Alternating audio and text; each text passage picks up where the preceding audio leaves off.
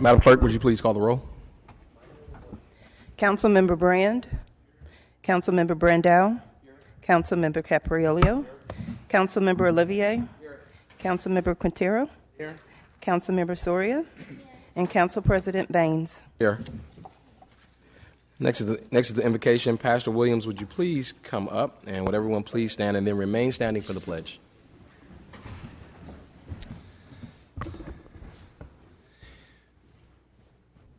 Hey, we pray. God, thank you that you've allowed us to live in a country that is such an incredible place. A country that believes the basis for our society is that you have actually endowed us with inalienable rights. Thanks for the institution of government that you've ordained to be the protector and facilitator of those rights among all of our citizens, that they might live out the dream of liberty and justice for all. And God, we thank you for this body that serves your purposes here in our community. Bless their proceedings today. I pray that all who appear before them would truly appreciate the gift from you that representative government really is. And may this council be mindful of the stewardship of power and service that they're entrusted with. So guide them today in the work that they do. May they lead us humbly and wisely and fairly in all the leadership that they exercise. And with respect to all faiths represented here, I ask this in the name of Jesus the Christ. Amen. You all face the flag. Ready, salute. I pledge allegiance to the flag of the United States of America and to the republic for which it stands, one nation, under God, indivisible,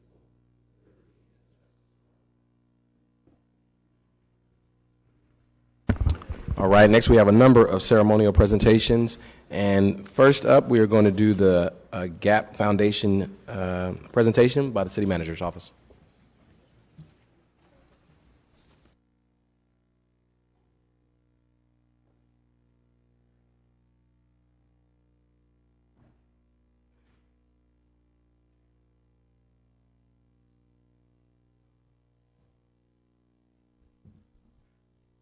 Council President, the representative from GAP has not arrived. Can we hold this one off a little bit? Sure. We will do. We'll have Councilmember Soria do the proclamation of the Women's History Month. Thank you.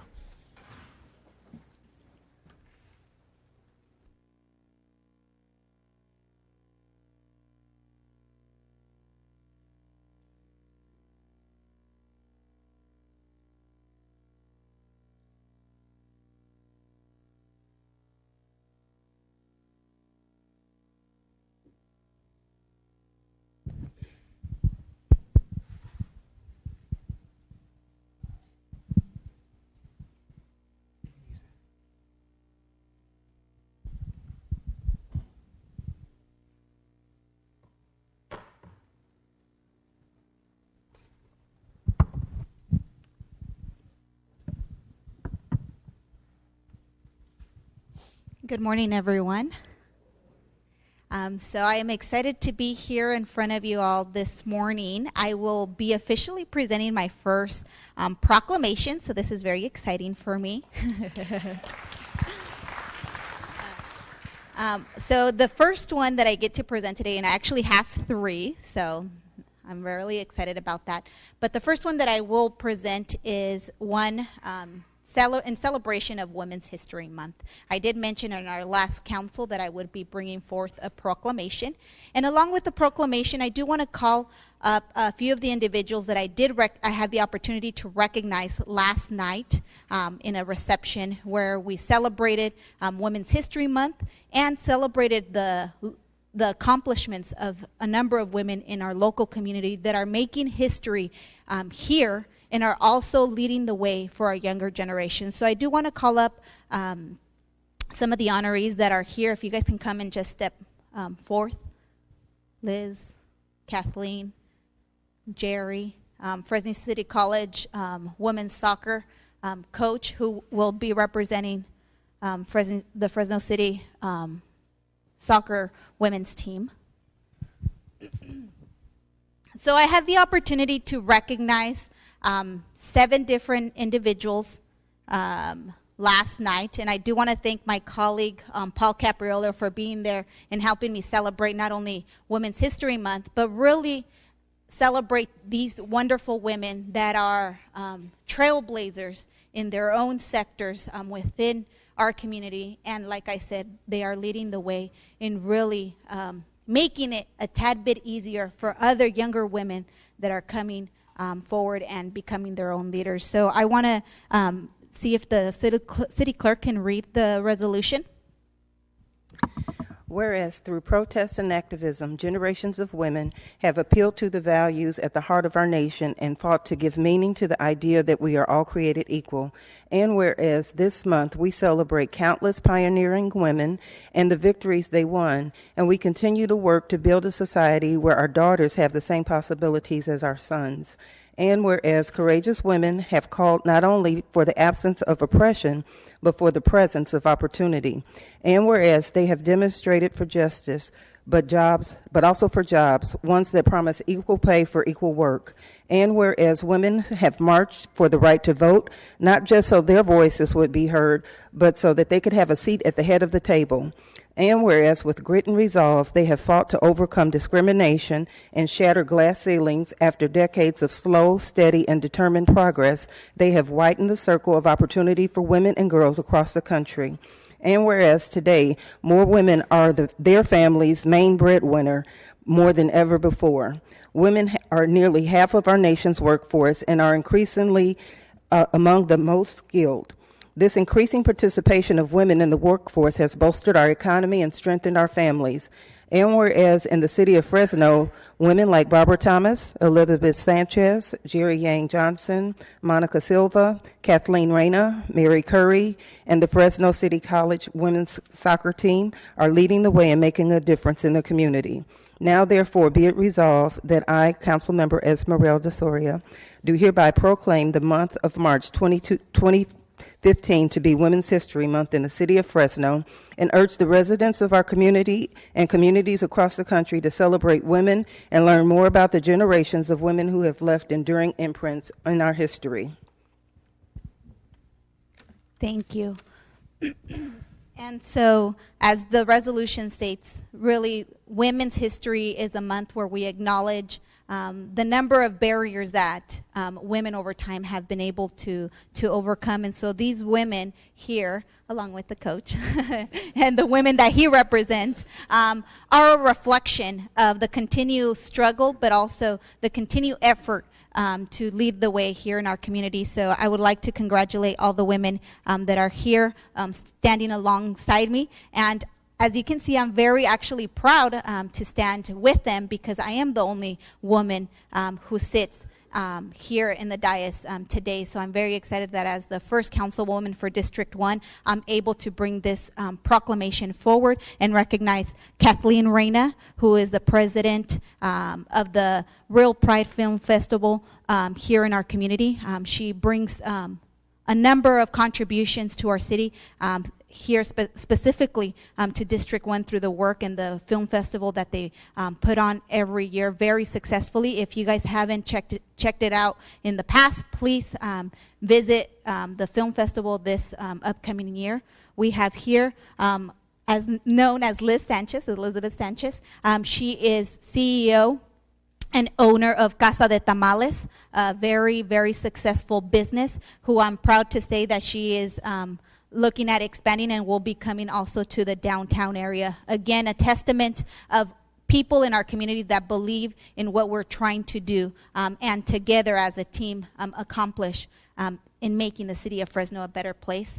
We have here Monica, who is a young student at Fresno State, who in her own young age is already making a difference in her community, in changing neighborhoods and making sure that other young people are getting involved and taking ownership to transform neighborhood. To my right, I have Mary Curry. If you guys don't know her, you guys need to know her. She is a great leader in our community who has fought for equality and justice for over 50 years. She was actually the first African American to sit in our Fresno Unified School Board District. So I'm very happy that I have the privilege and honor to recognize her this month.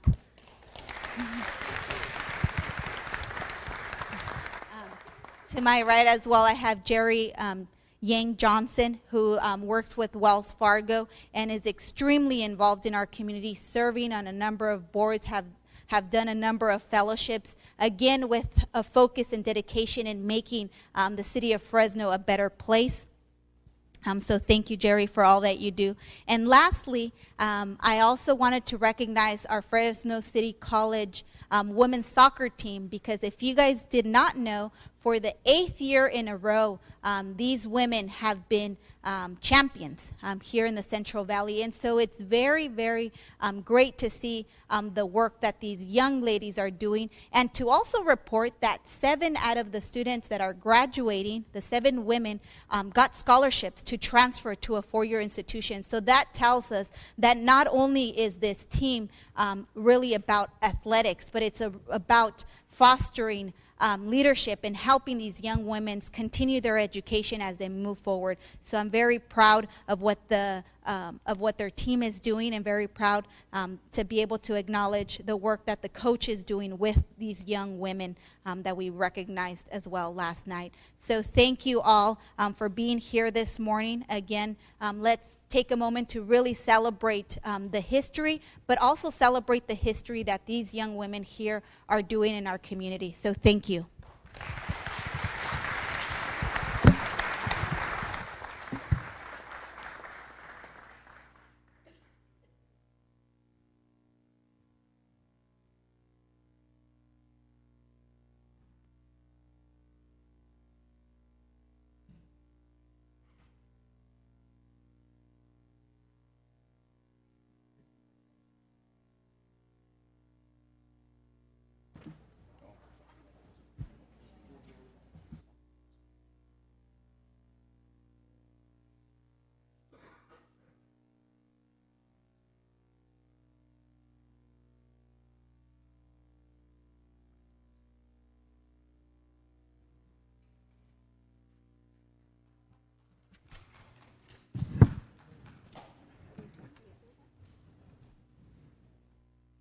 All right, next up we have a special guest with us today, our friend and Mayor Ashley Swearingen. We'd like to do a very special resolution this morning for Ronna Roscoe with Fresno B. Madam Mayor.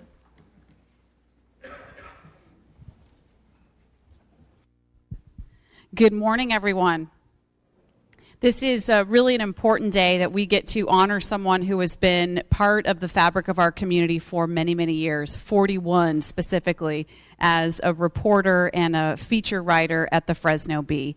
It is not often that you'll see an elected official stand up and recognize and honor and thank the media. So it truly is an historic occasion, but one that is very well deserved. And as we talk about some of Mr. Roscoe's accomplishments, I actually want to ask him to come up and join me here up front. And Jim and Bill, would you come up as well? Come on now. So these are 2 gentlemen who are no strangers to the council chambers. I've seen Bill in this auditorium on many occasions, normally behind the scenes, but let's put him in front of the scenes for the spotlight for just a bit. So this is Ronna Roscoe. You probably all know him. His picture is on your paper most every Sunday. Today he is our faith and values reporter at the Fresno Bee, and he's retiring after 41 years of service. Yes, please. What I didn't realize, because his time at the Bee predates my time here in Fresno, is that he actually started as a sports writer. And if any of you have ever wondered where the phrase, the red wave, came from in reference to Fresno State's fan base, it's this man right here. So he is the one who coined... who coined that phrase that really lives on and probably will for many, many years. So those are just among his many accomplishments as a writer. And I have to say, even though Ron's beat is not City Hall, our good friend George is here in the back, we really do want you to know how much we value and appreciate your contributions. And on behalf of elected officials and public officials in the community of Fresno, please know, while it's not always comfortable to receive the scrutiny of the press, we do recognize the importance and the value of having the free press, the independent press, and I personally have seen how it positively impacts what we do here at City Hall. So let me just say that. And then thank you for your many years of service to your readers and to our community. Before we have the proclamation read, would Bill or Jim like to say anything? Well, just real quickly, thank you very much, Mayor, City Council. We appreciate this recognition.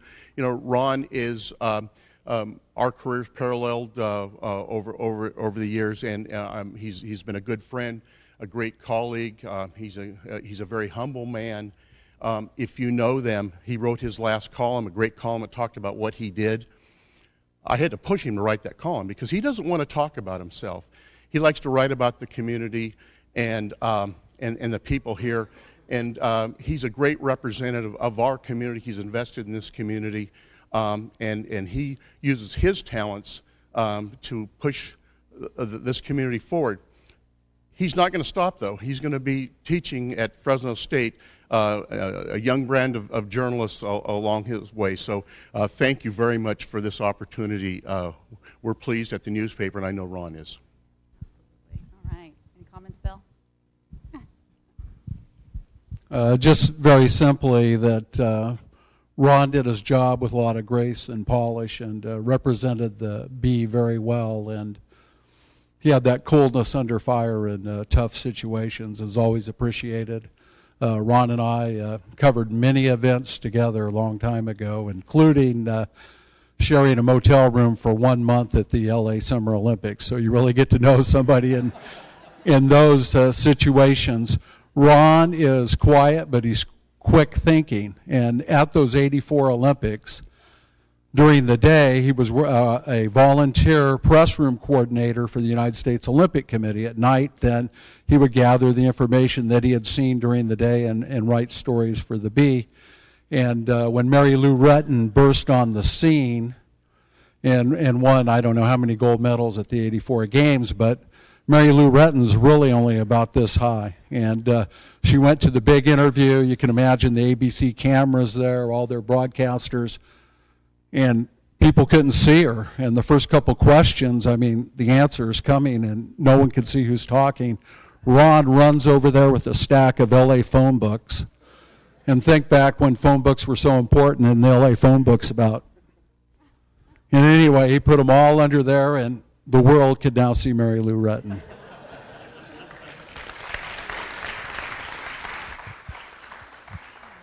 Ron, do you have any comments for us this morning?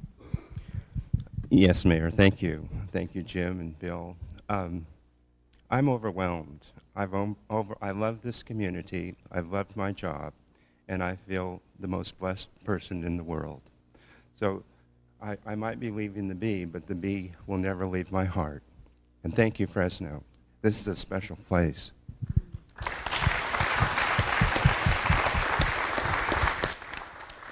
We're very happy to declare today, March 26th, Ronna Roscoe Day in the city of Fresno. I'm going to ask the city clerk to officially enter it into the record. Whereas Ronna Roscoe was born and raised in Stockton, California, he moved to Fresno to attend Fresno State, where he received a bachelor's of art degree in journalism, and he remained in Fresno. And whereas Ronna Roscoe began his career at the Fresno Bee on February 4th, 1974, starting as a staff reporter, then moving to the Bee Sport Department for 25 years, where he covered the biggest stars and the biggest events in the sporting world. And whereas Ron's most significant accomplishment as a sports reporter was coining the phrase red wave, a term now proudly worn by Fresno State Bulldog fans around the world. And whereas in 2001, Mr. Roscoe moved to the features department at the Bee, where he spent the last 14 years covering religion in the in the Bee's Faith and Values section, visiting churches, synagogues, mosques, temples around the Central Valley, and guiding readers through a number of spiritual challenges, including the attacks of 9/11. And whereas Ron has served his alma mater as an assistant professor, faculty editor, advisor for the student newspaper, The Collegian, the president of the Mass Communications and Journalism Alumni and Friends chapter at Fresno State. Whereas Ron is retiring after 41 years as a writer at the Bee, now therefore be it resolved that I, Mayor Ashley Swearingen, do hereby proclaim March 26, 2015 to be Ronna Roscoe Day.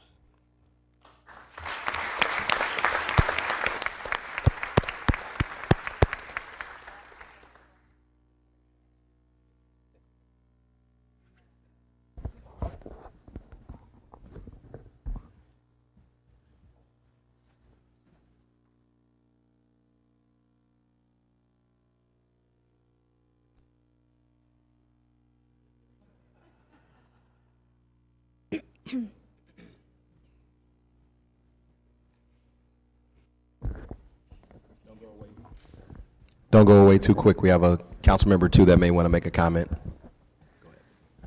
Ron, I just, on behalf of just me, I just want to personally say congratulations on, your lifelong career and great journalism.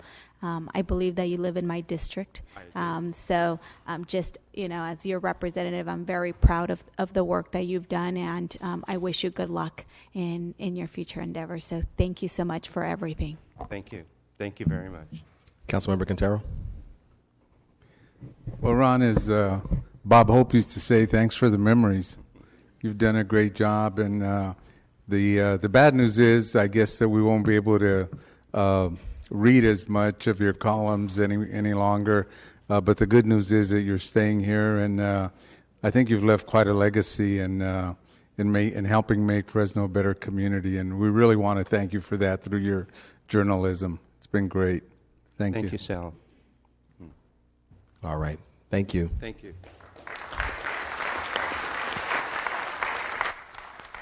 All right. Next up, we have the proclamation of the Fresno High School Senate 125th Day Anniversary, and that will be presented by Councilmember Soria and our mayor.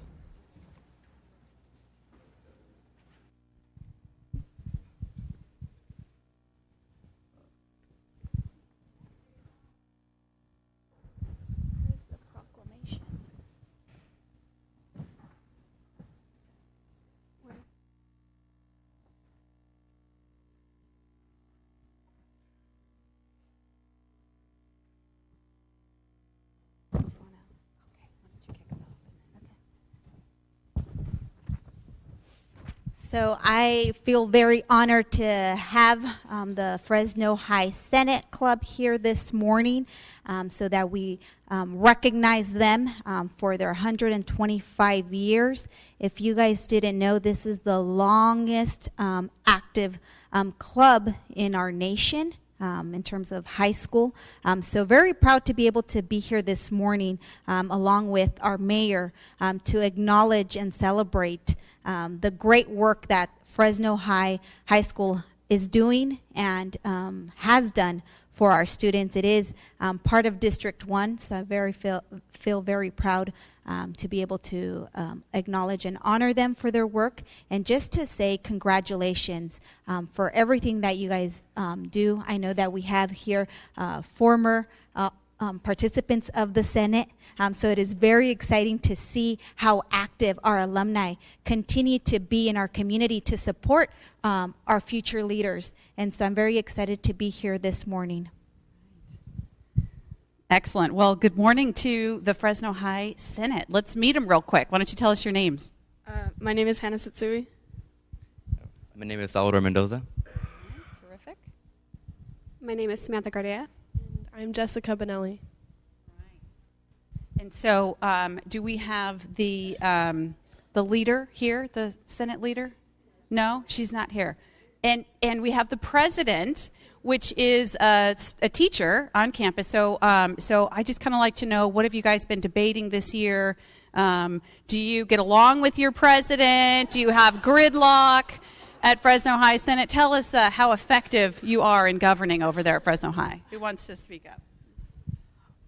Well, the Fresno High Senate, as we said, is 125 years old, so tradition is huge. And within the Senate, it's similar to Debate Club, just a lot more traditional. We follow Robert's Rules of Order, and we have debates and impromptu speeches. So like day of, the parliamentarian, which is Sal Mendoza here, he will assign who gets to have speeches that night, and then you get to choose if it's going to be assigned or impromptu.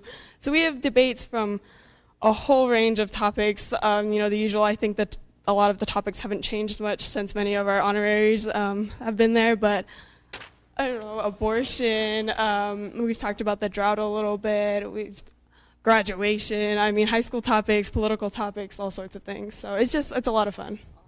Very good. Well, would you like to add? No, she's covered everything. Okay, she's covered everything. All right. Well, I'm encouraged and inspired by this young generation of leaders. They certainly have fantastic footsteps to follow. Could we ask our alumni of this program to stand who are here? Let's recognize them as well. Bill McEwen. Don't be shy, Bill McEwen. Well, we thank you for your commitment to raising up the next generation, and thank you for being role models for these students. And we're very pleased today to declare that March 26th is Fresno High School Senate 125th Anniversary Day, and we'll ask the clerk to officially enter it into the record. Whereas Fresno High School was founded in 1889 as the city's first high school, and the Fresno High School Senate, the Senate, was established on March 21st, 1890. And whereas the Fresno High School Senate has the distinction of being the oldest continually active high school club in the United States. And whereas the foundation of the Senate was modeled after the United States Senate, with each member representing a state in our union, and the Senate is governed by a constitution and bylaws and follows parliamentary procedure according to Robert's Rules of Order. And whereas the Senate instills knowledge of the lawmaking process of our national government and is a public speaking debate society that addresses current issues of national, world, and community interest and concern. And whereas the Senate, which meets weekly on the Fresno High School campus, is provided guidance by a faculty member known as the President of the United States. And whereas active senators, in addition to being top academic achievers, also perform hundreds of hours of community service for the greater Fresno community. And whereas over many decades, the Senate has produced hundreds of outstanding alumni known as honorary senators who have achieved distinguished careers in law, medicine, business, education, government, architecture, technology, and the military, and other important occupational fields. And whereas on March 28, 2015, the Fresno High School Senate will celebrate its 125th anniversary. Now, therefore, be it resolved that we, Mayor Ashley Swearingen and Councilmember Esmeralda Soria, do hereby proclaim March 28, 2015 to be Fresno High School Senate 125th Anniversary Day in the city of Fresno, and extend our best wishes to the organization's continued success in shaping our lives of young students, creating model citizens, and nurturing the studies of the U.S. history and government. Congratulations.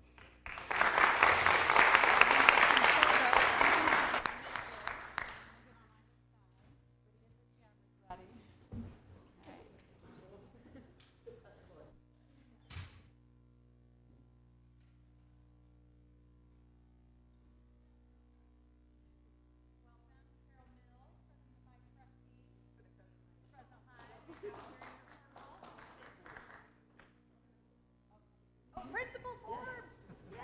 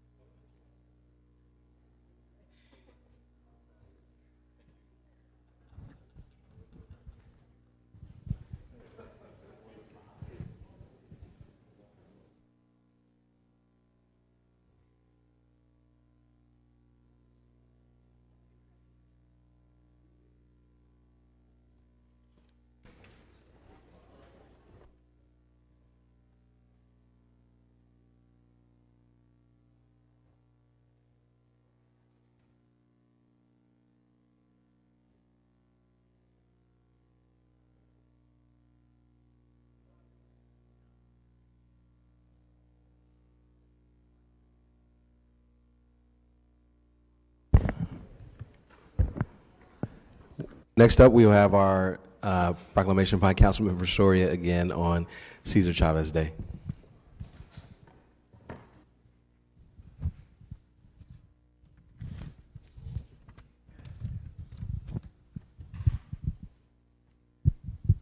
So this is my last proclamation of the day, third one. But this proclamation is actually very special to me because if you don't know my story, I come from a farm worker family, farm worker parents, farm worker grandparents. And so for me to be before all of you and to have my council colleagues and the mayor join me in celebrating Cesar Chavez Day is a big deal. It is very timely and also very appropriate given that the city of Fresno is part of the county that is one of the largest, has one of the largest agricultural sectors. And if it wasn't for the work of our farm worker community, the county of Fresno wouldn't be one of the leading ag centers of our nation. And so I'm very proud to be here this morning. I'm not sure if there's someone from El Concilio here. I know that they are having a Cesar Chavez event this morning at the Soroyan Theater. Is there anyone here from El Concilio?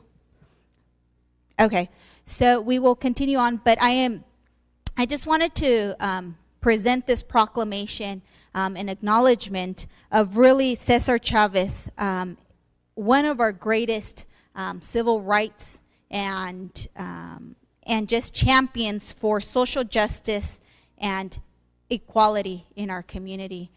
If you guys know the history of this man, he came from very humble beginnings and walked along with other civil rights leaders like Martin Luther King.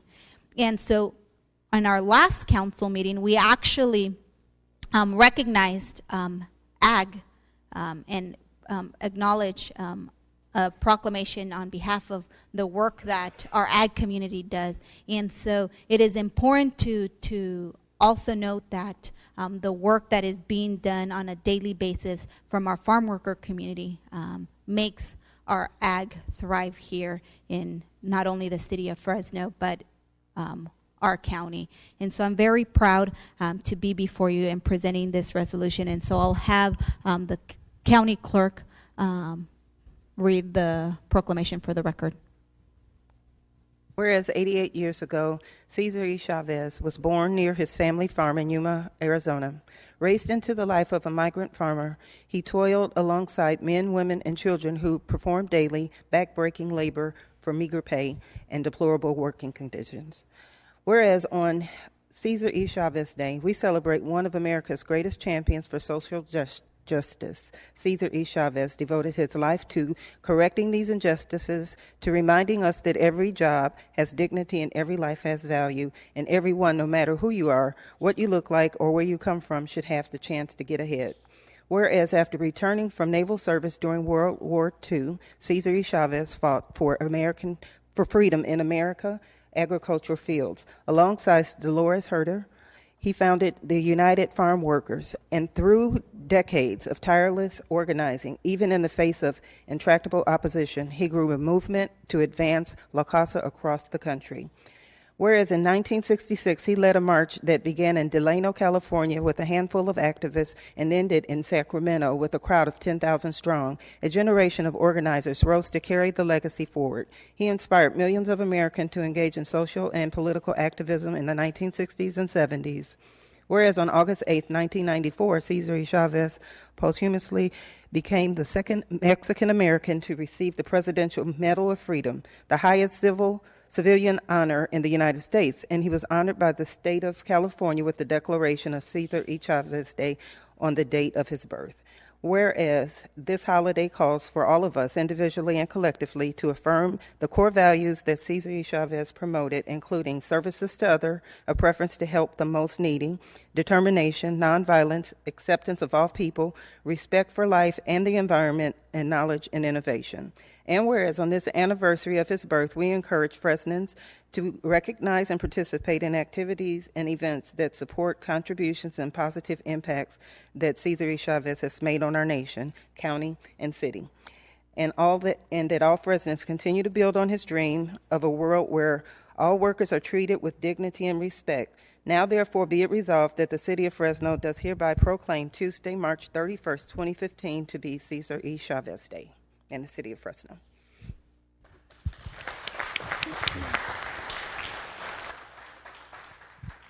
Thank you. And so just to add two things, just a little short story. This man, Cesar Chavez, is someone that I see as my hero because he inspired my grandfather, who came here in the 1950s as a bracero many years ago, inspired him to get active.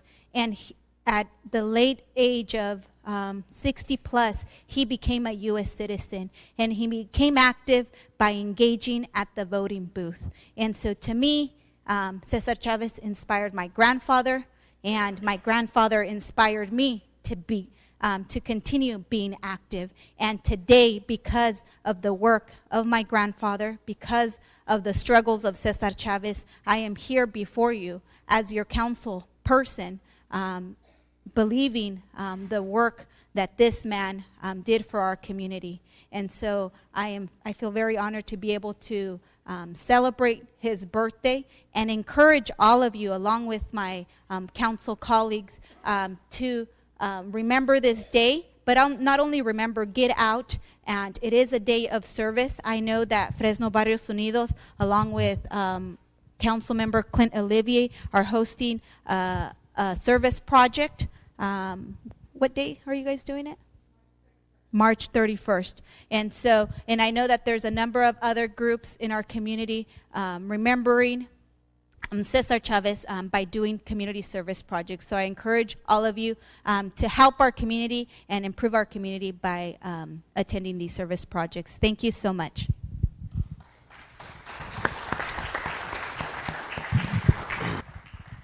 All right, next we will have the GAP Foundation check presentation for $25,000 to Fresno United Neighborhoods. On behalf of the Parks Department, I can Emmanuel come down.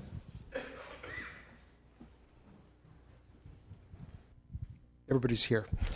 Council President, members of the council, it's a great honor today to receive this $25,000 check from the GAP. The GAP has partnered with the Parks Department to help us implement the Fresno Youth Job Preparation Program for over 7 years, and they have given us over $161,000 during that time. You may ask, why do we need this money? We have a contract with the Fresno Unified School District. You know, they pay us to provide a youth jobs training program at 4 high school sites. This money allows us to really make this program great. It helps us to take the program out of the classroom. It helps us to take students out into the community to work with, to shadow employers. It also allows us to expand the program, and it also pays for the youth development leadership workshop that we do here. Councilwoman Soria was one of our speakers, and the students were very, very impressed with what she had to say. So I must say that that this check really allows us to take this program much further than we could if it was only limited to a classroom. At this time, I'd like to introduce Sarah White, who is representing the GAP today and who is going to be presenting us with our check for $25,000.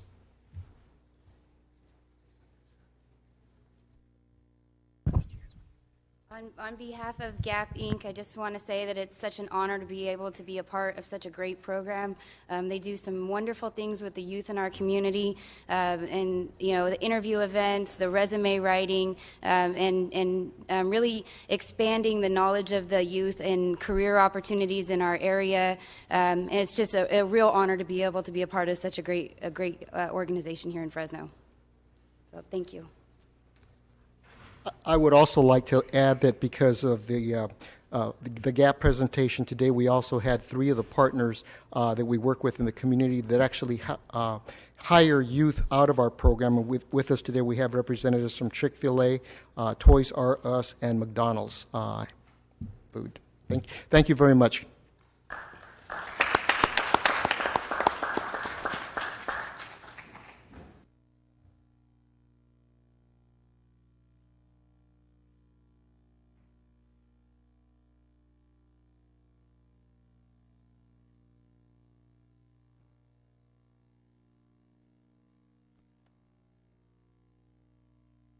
Thank you very much. Thank you, Manuel. All right.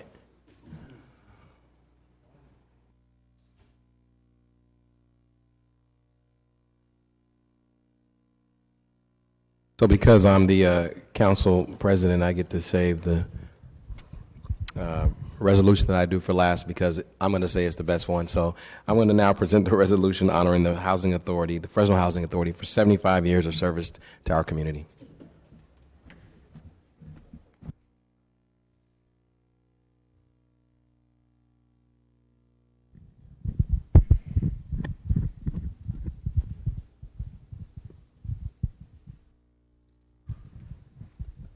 All right, so come on, Preston, come on, guys. You guys got to come up here. I want all the housing authorities, staff, and board to come on up here, and I know you all pretty well. So, listen, we're very honored today. Yes, all the housing authority staff. Yes, all staff. Just come down. I want our chamber to see how well represented you all are today. I'm doing good, so listen, a lot of this is obviously a ceremonial presentation, but it also gives me the chance to do a little bragging on a really dynamic organization that serves our community in more ways than just housing. But just to give a few statistics about our Fresno Housing Authority celebrating 75 years in Fresno today. The Fresno Housing Authority was established on March 14th, 1940. Preston wasn't the executive director at the time, but obviously we were happy that it was established then. And right now they serve over 50,000 residents in our city and county, 17,000 families with 24,000 children. They manage over 4,000 housing units and administers 13,000 housing choice vouchers throughout the Fresno County. So those are just a couple of statistics and highlights. But what I want to talk about, and I wanted to say that to kind of put it in perspective, the size of the organization we're talking about. But then I want to take that high level and bring it way down to ground, because they actually serve people right here in our community day to day as individuals. So they're able to take a massive organization with a very large budget, serving a lot of families, but they are actually able to give them personal touches, and they are encouraging people to come into housing and move out of housing and to better their lives. So that there is such an important function and such an important partnership that we have with the Housing Authority. They very, very frequently are not only partnering with us, but many other private developers in our city and county to make quality, affordable housing happen. And I think that's a key aspect of our community, to make sure that the affordable housing units we have are quality. And that is a word that I want to hang on, that our Fresno Housing Authority feels very deeply about. I know that their board and their staff strive to make sure that the affordable housing that we have here in Fresno is the kind that any of us would want to live in as individuals. So I have been honored to have the relationship with you all, and I'm happy that I'm the one doing the resolution this morning. And I want to turn it over to their fearless leader. Nope, you're going to have to say something. I'm going to turn it over to their fearless leader, Preston Prince. Thank you very much, President Baines, council members, and Mayor, if she's still here. We are excited about celebrating 75 years here in Fresno. It's about the past. We've had great accomplishments, but it's also about today, the staff and the residents that we're serving, and it's about the future. So I'll save my words for my presentation that I'll be doing in a few minutes, and I'd really like to put our longtime board member, president for many years, but Reverend Scott, maybe you can say a few words on behalf of the Housing Authority? I was going to do that. You taking my role. I was going to make sure that the longtime board president, because I think it's important that we make sure that the See, the staff executes everything that the board comes up with, and so it doesn't happen without the visionary leadership of the board, and we happen to have the longtime board president here. Thank you, Preston, for doing that, but I want to turn it over to Reverend Scott. Thank you very much, and to the council and to all of the people present, and certainly to this dynamic staff.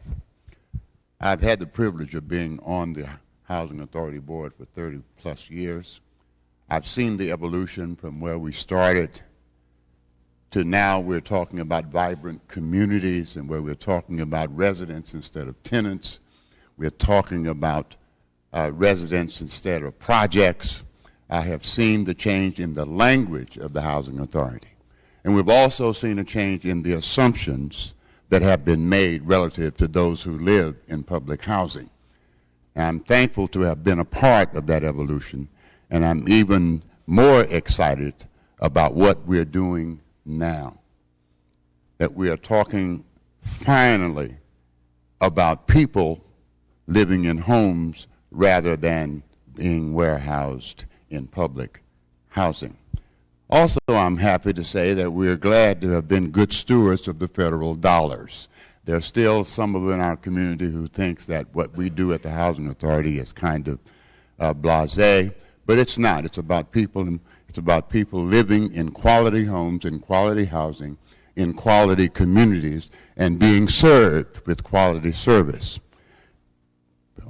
Councilman Baines has been a part of that process. So there's been a great evolution of what housing authorities are all about. We've changed the language of the housing authorities in Fresno. I'm delighted to have been a part of that evolution. I'm delighted to say that this young man whom we hired 7 years ago came with a vision. We've now done something about homelessness, and we're still working on that. We've done something about rural housing. We're working on that. We are about people being empowered to live quality lives in quality communities, and I've been able to be a part of that. And I'm thankful for all the mayors who appointed me. By the way, I started with Ted C. Wills. Some of you don't know that name, but I see Jerry over there. Ted C. Wills appointed me to the Housing Authority many years ago, and I've been through several mayors. I'm still there, trying to do the best I can to help the Housing Authority to continue the great work they have been doing and to continue to change that language so that we deal with Housing Authority people as persons with lives to live in vibrant, quality communities. And thank you, Councilman Baines. You see, you shouldn't give a preacher a microphone. He knows how to use it. Thank you very much. And thank you, Mayor Swearingen, for appointing me the last time. And I just had to put that in there because my appointment time is coming up again. All right. Thank you, Councilman. Oh, thank you so much, Reverend. Well, listen, you got to be careful about giving politicians mics too. So I'm gonna do the right thing and turn it over to our clerk and have her read the resolution to the record. Whereas in 2015, the Fresno Housing Authority, which was established on March 14, 1940 by the Fresno City Council, celebrates 75 years of providing quality, affordable housing to residents in Fresno. And whereas the Fresno Housing Authority does a lot more than just housing, but believes housing is the core. The Fresno Housing Authority creates vibrant communities and quality housing and works to engage residents to excel in school and work. And whereas the Fresno Housing Authority serves 50,000 residents, 17,000 families, including 24,000 children, manages over 4,000 housing units, and administers 13,000 housing choice vouchers throughout the Fresno County. And whereas for 75 years, the Fresno Housing Authority has changed the lives of tens of thousands of families throughout Fresno County by providing housing and critical programs that encourage people to succeed and engage in their neighborhoods. Now, therefore, be it resolved that we, Mayor Ashley Swearingen, and the members of the Fresno City Council recognize and congratulate the Fresno Housing Authority for their 75 years of contributions to create and sustain vibrant communities throughout Fresno County, and do hereby declare March 26, 2015 to be Fresno Housing Authority Day in the city of Fresno. Congratulations.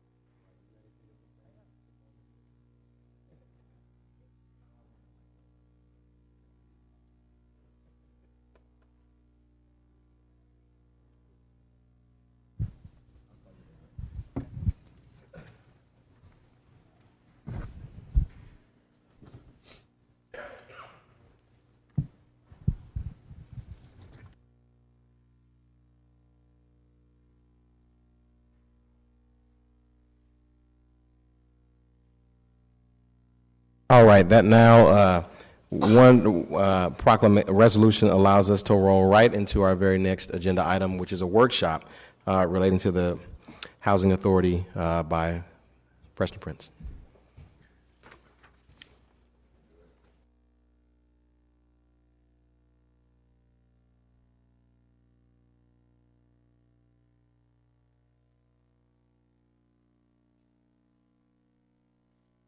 Thank you. Good morning. I hate to contradict the president right at the very beginning of my comments, but I think the retirement of our Fresno Bee reporter, Cesar Chavez Day, the Fresno High School, Senate. There are so many things that you guys celebrated today. My cheeks hurt from smiling at the job that you guys get to do. So I just wanted to let you know, I feel like we're last, not least, but definitely not first. There are so many great things that are happening here in the city. I do want to thank President Baines for inviting me here today to talk a little bit about what the Housing Authority is doing. I want to start off by saying that the Fresno Housing Authority staff and I are so proud to be members of the Fresno Housing Authority. That we are so excited to be serving this community. It does start with an ethical and professional board that then creates the agency. So I do want to recognize again, we have Vice Chair of the City Board of Commissioners, Adrian Jones. We have Commissioner Reverend Scott, and we also have Stacy Sablon, who's the president of the Fresno County Board of Commissioners. So on behalf of all of us here today, I'm really excited about allowing you to present on the work of the Housing Authority. I will also be able to talk a little bit about our 75th anniversary, and I just have to repeat it once more that this is also about the staff of the Housing Authority. We really do feel privileged to serve the residents of Fresno City. So with thoughtful, strong, and bold leadership, our boards, and with the hard work of over 200 staff, including the great work of our leadership team. It's so funny, I've been here 7 years and you all still make me nervous. Especially you, Councilmember Brando. I'm nervous about the questions. Fresno Housing, I believe, is doing great work here in this community. We're excited to be here to share with you a small portion of what we do every day. So what I'm going to talk about is the overview of the Housing Authority, who we are, who we serve. I want to talk about our celebration, our 75th anniversary, how we plan to celebrate, and where we want to take that celebration. A little bit about the history and structure, because we do have two housing authorities that act as one, so I want to be very clear about how that happens. I want to talk about what we do, who we serve, our major programs, and then, of course, since I'm here in front of you, I want to talk about the great partnership that we have with the City of Fresno on so many different programs. So our mission, when I first came to Fresno County, or Fresno City, our mission statement was something to the effect of to provide safe, decent, and affordable housing to low-income families throughout Fresno County, and to partner with viable partners to help families achieve self-sufficiency. It was a very kind of typical Housing Authority mission statement. We went through a very long process, over 100 interviews with community members, lots of interviews with residents and staff, and we came up with the mission statement of create and sustain vibrant communities throughout Fresno County. We're focusing on quality housing. It's not just about it being built to a high standard, but it's about it being managed well. It's about engaged residents who are engaged in the process with the Housing Authority, but more importantly, become engaged as civic members with what's happening throughout their community in their neighborhoods, their city. And it's about vibrant communities. It's not just about the existing housing, our housing, but it's beyond the borders of our housing. It is a whole neighborhood that we really try to approach. We do have 4 goals. It's about people, place, partnerships, and public. The people, it starts with our residents. They are the most important consumers, our most important clients, but it's also about our staff. It's about the community members, the taxpayers of this community who support the Housing Authority. It's about place, that we need a place. We heard a little bit about ownership earlier today. Someone mentioned it. While we are doing rental housing, we're really striving for ownership, where people really feel that they own where they live, that they're part of the community, that they have pride where they live. It's about partnerships. The Housing Authority can't do it alone. We must partner with so many people. And it's about public. It's about the public will and the public commitment to affordable housing. So our 75th anniversary, as I said a few minutes ago under the presentation, it's of our proclamation. That it's about the past, it's the 75 years and the things that we have done. It is also about today, the staff that we have, the programs that we're operating, the residents that we serve, but it's about the future. We're really looking at what can we do for the next 75 years for this community. We envision a year-long celebration of our legacy that will lay a groundwork for a bold and innovative future. Our 75th anniversary is to... our celebration that will use 2015 to honor the past, recognize the present, and strategically consider the coming years through the creation of purposeful tools, events, and activities that educate the community, broaden support, acknowledge staff, and inspire action into the future. A little bit of history of the Housing Authority. Many people think of us as a federal department. We are not. While the majority of our funding comes through the federal government, we are really a creation of this body. We were created by the City Council. It was the Federal Housing Act of 1937 that allowed the states then to allow cities and counties to create housing authorities, but you created us in 1940. We are a public nonprofit, so kind of quasi-governmental, public in that the mayor appoints the Board of Commissioners, and then you as a body ratify the appointment. The structure of our agency. So I do want to just take a second and talk about, we do have a city housing authority and a county housing authority. Those two operated independently until about sometime in the 1970s.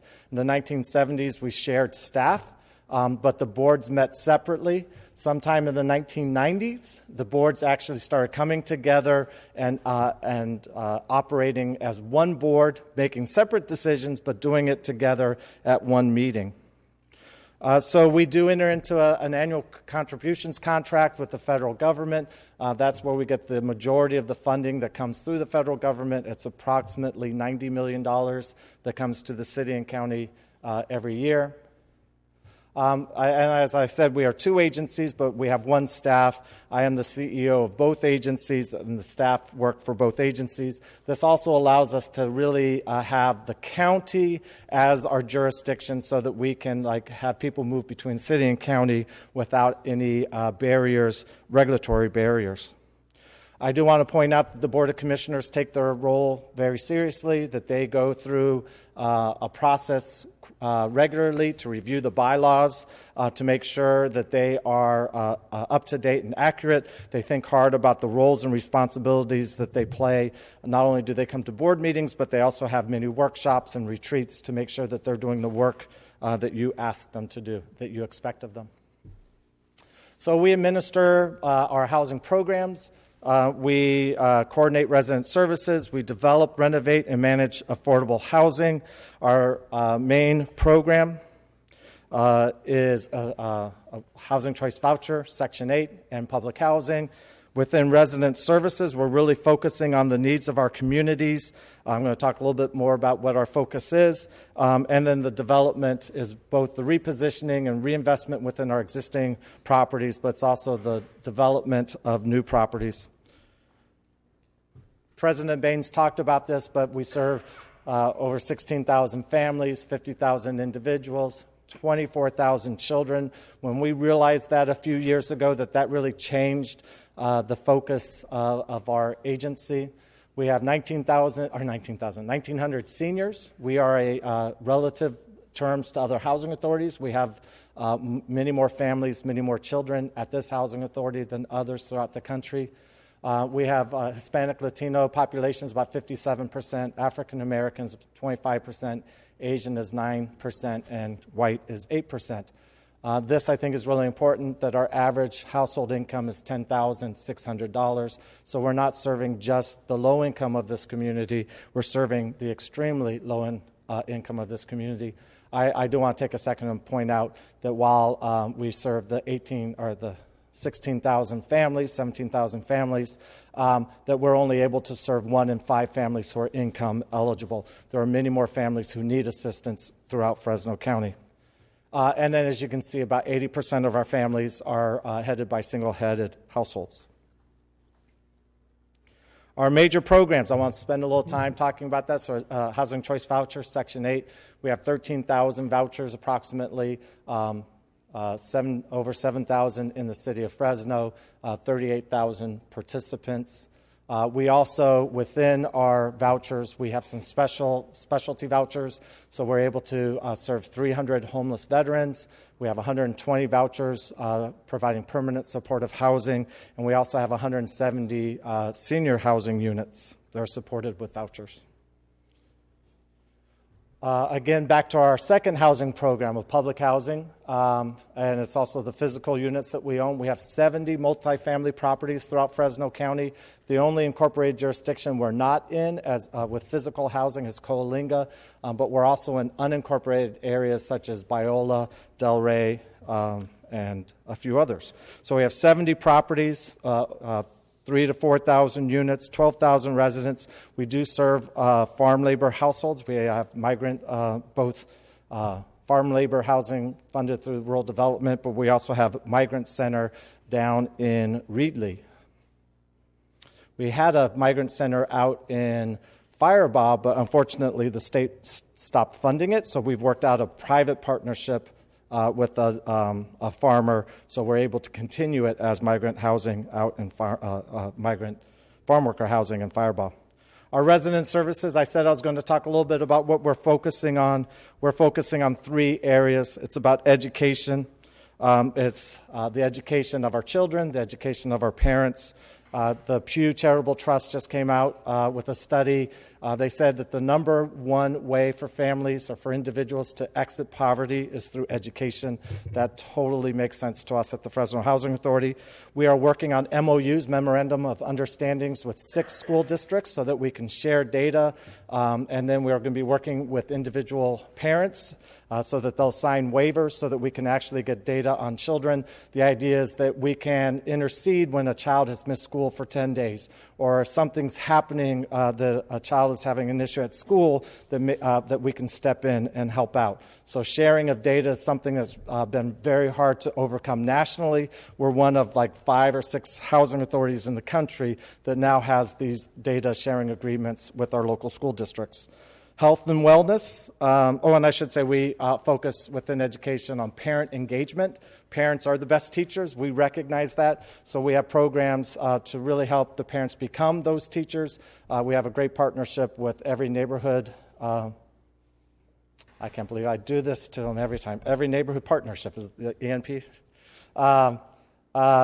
Where it's really about parents teaching parents to be better teachers. It's a great program. And of course, we work really hard on preschool enrollment with the 6 school districts that are part of the B3 initiative to make sure that our kids are getting into preschool. Health and wellness, we really do believe that housing is connected to the wellness of an individual and to a family.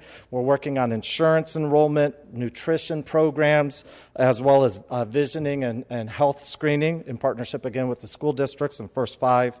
And then we do think about education and employment of the adults, and we think about wage progression. And so we work on GEDs, financial literacy, and self-sufficiency support. Some of our programs and partnerships with the city, we feel like we are a strong partner in the neighborhood and downtown revitalization.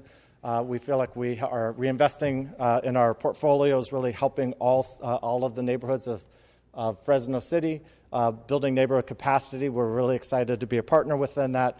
And homelessness, I'm going to talk a little bit more about. I do want to take a second and point out that within the downtown area, we are so proud that we were able to open up City View at Van Ness at the end of last year, beginning of this year. We do think that shows that the Housing Authority can play a different role.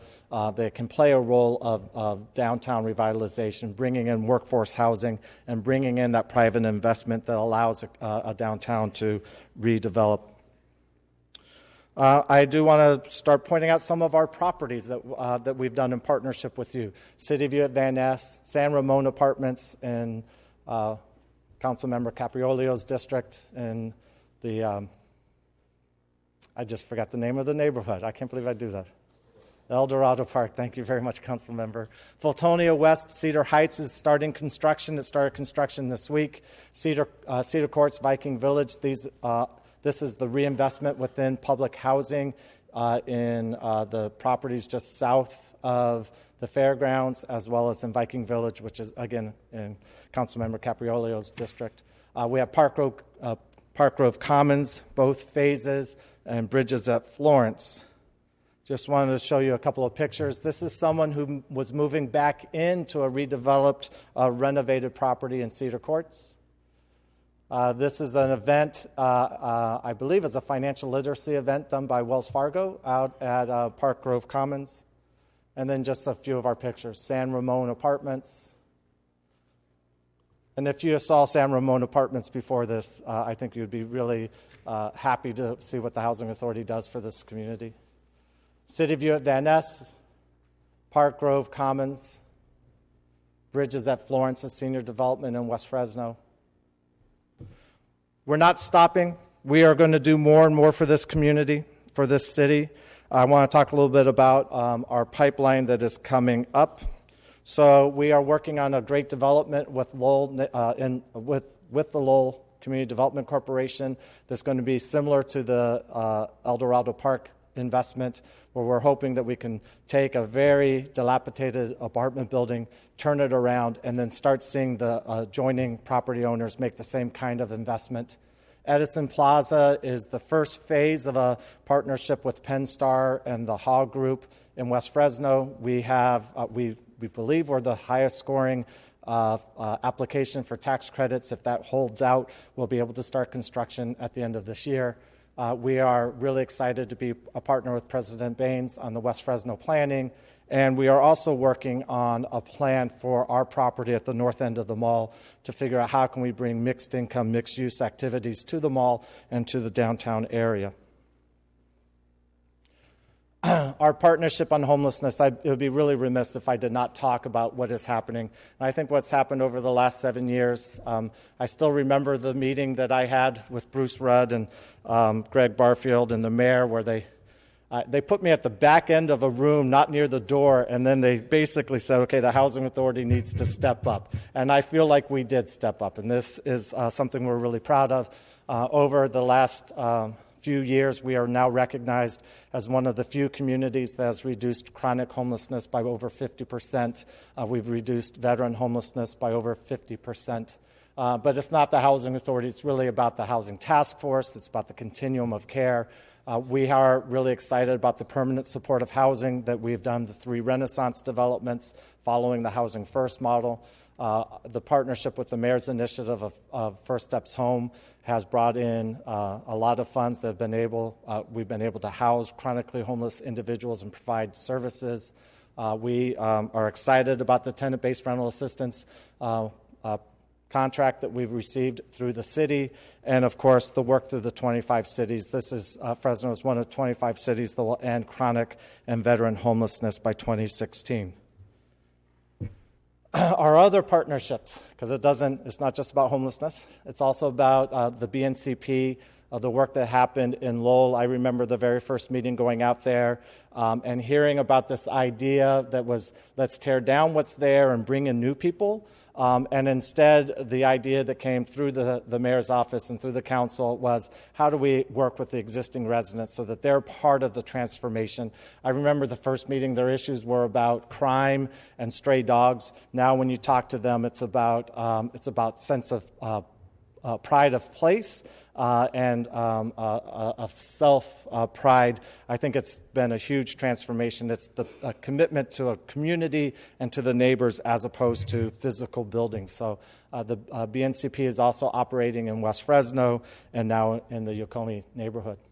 We are part of Learn to Earn, which is looking at the adults maybe 18 to 25 years of age who have dropped out of the education process, getting them back into school, helping them overcome their barriers. We're really excited that the initial effort focused on housing authority families so that we can really get the parents back into school. One of those statistics, other than for Esmeralda, I'm sorry for the rest of the council members, but it's the education of the mother that really counts on the education of a child. So we really do focus on the education of the mothers within our housing, and Learn to Earn has been a great partner, a great tool for that.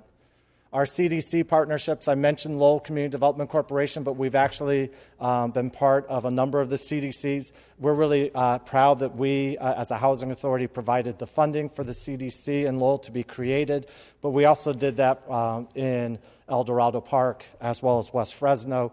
We believe we need more capacity in our neighborhoods to develop housing that shouldn't just be the housing authority, so we're really excited to work with the community development corporations. We hope that there might be a few more that get built or are created to address what's happening within neighborhoods. The West Fresno planning, I've talked a little bit about. The North End, I've talked about.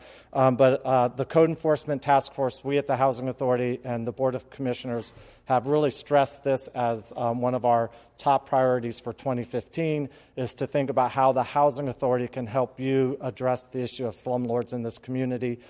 We need to think about how do we take the funds that we bring into Fresno City to leverage the right kind of behavior and the right kind of outcomes for our landlords.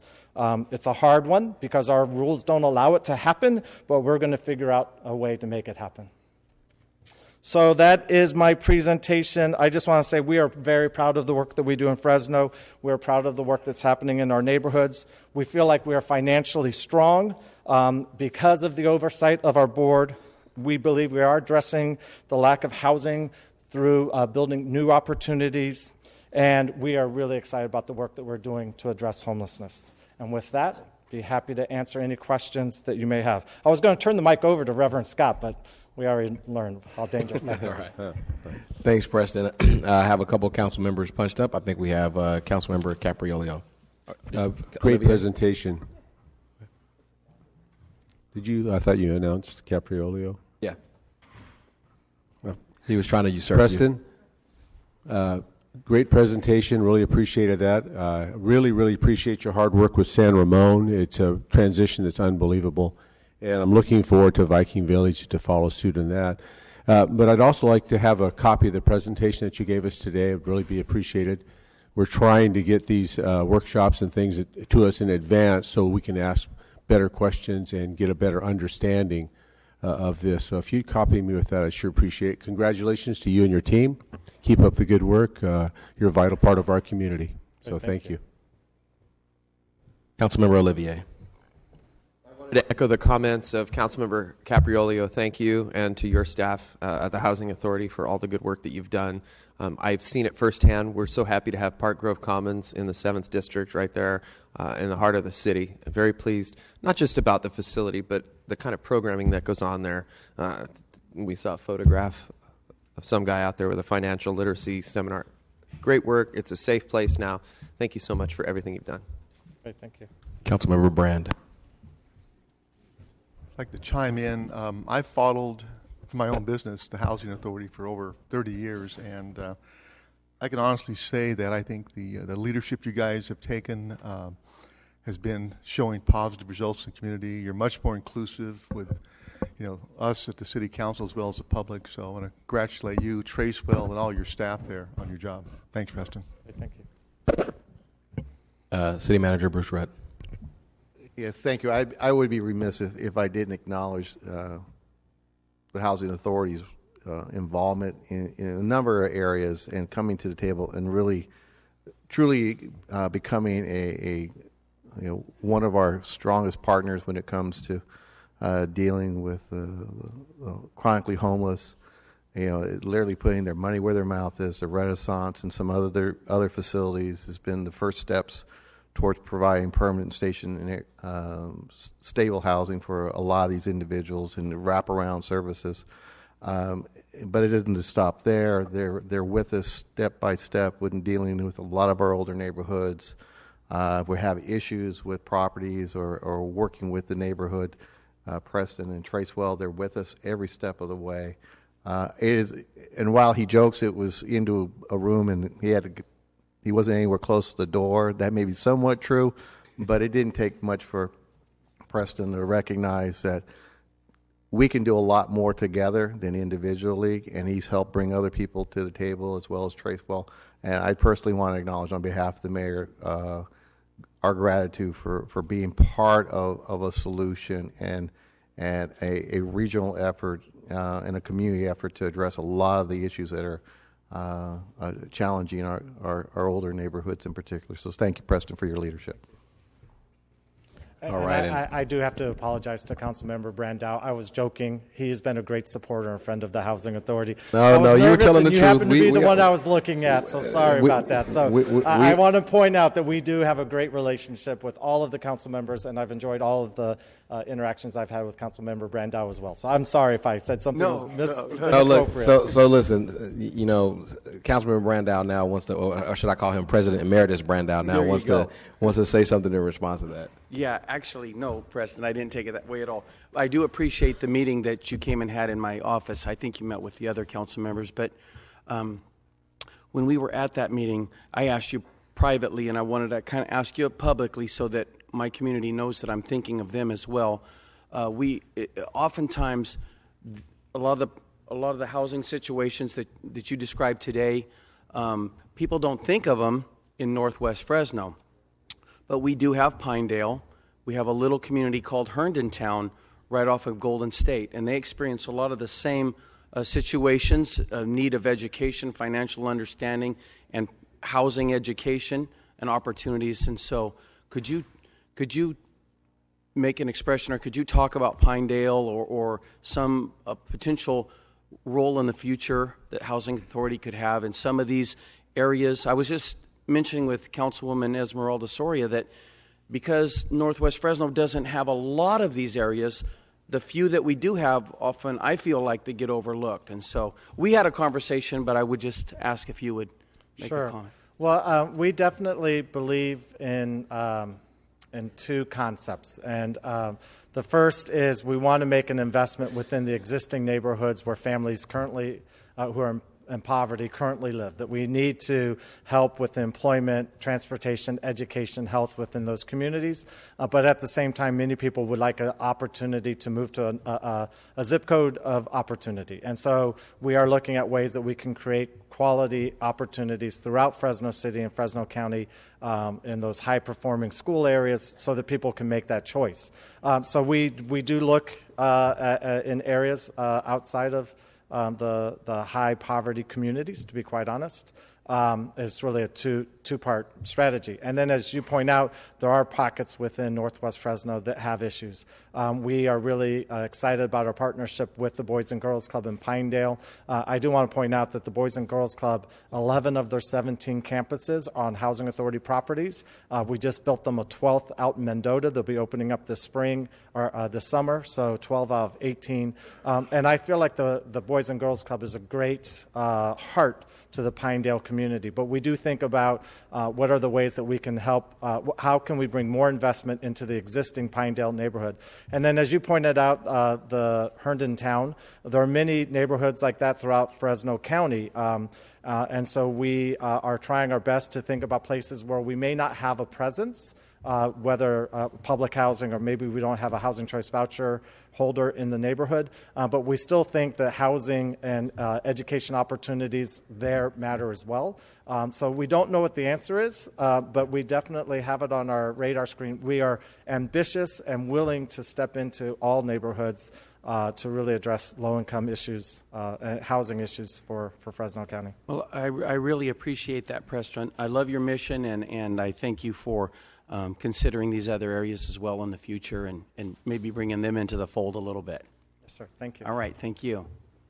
All right. Well, I'll just wrap up. I think everything that could have been said about the Housing Authority and our relationship with you all has been said, and I will echo the sentiments of my colleagues, and I'm gonna highlight one in particular only because when I was a police officer, I worked in the El Dorado Park area. I know exactly what the San Ramon apartments looked like before, and it was unrecognizable when I saw the picture. So that's just great work. I remember, I know that neighborhood very well, and that is an awesome job. And I wanted to highlight that just from a personal experience. So as you can tell, we have a great relationship with y'all. We fully expect that relationship to continue to mature and evolve as you all mature and evolve with us, and we appreciate the partnership. Thank you.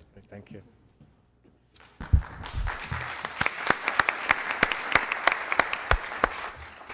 All right, so we're going to go a little bit out of order again. We're running a little bit behind today. We had a number of ceremonial presentations, so I want to ask our students from Riverview Elementary to come forth and tell us about their project. I believe they're all back there in the yellow. And Councilmember Brand, would you mind introducing them? I want to thank the students at the Riverview Elementary School for patiently waiting. And they showed me about a month ago an application they were developing for they'll explain the competition that I thought was really very well done, very professional. And kids, anybody looking for a job? You guys are going to be impressed with the application that these guys are going to do regarding water conservation. I want one of those sweatshirts. I'll pay for it right now.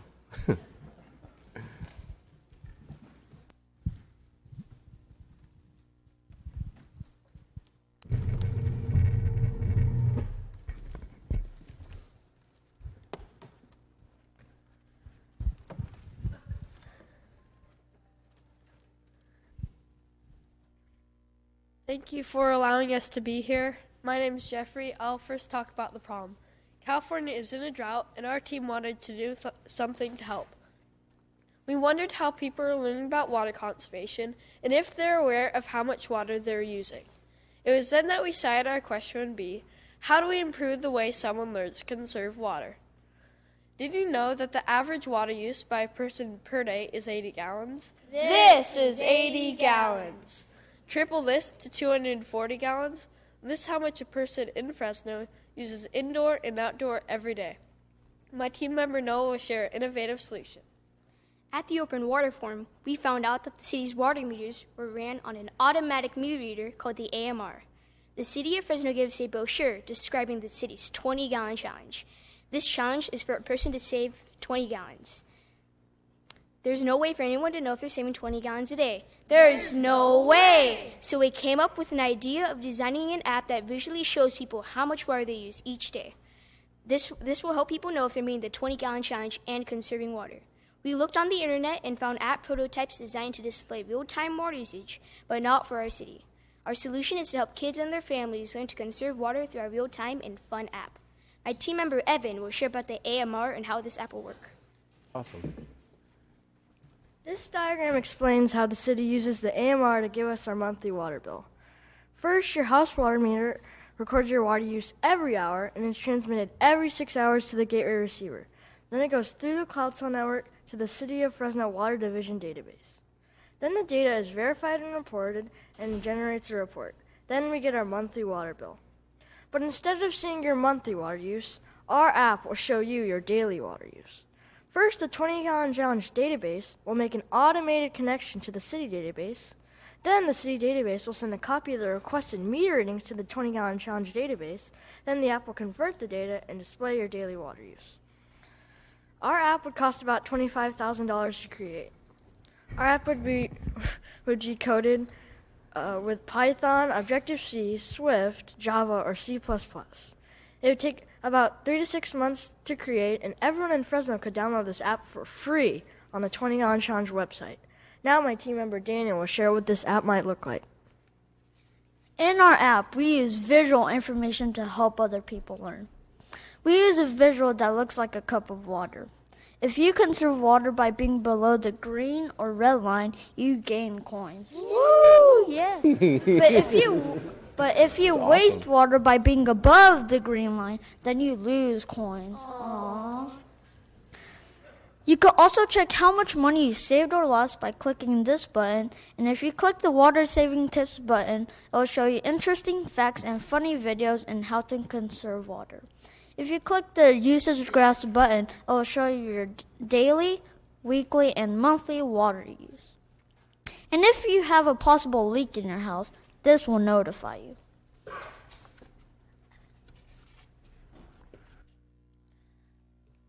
Our team would like to thank all of the city's departments that helped us with our project. We would like to thank the Surface Water Treatment Facility and Brad Hulligan and Randy Clifton for giving us a tour of the facility.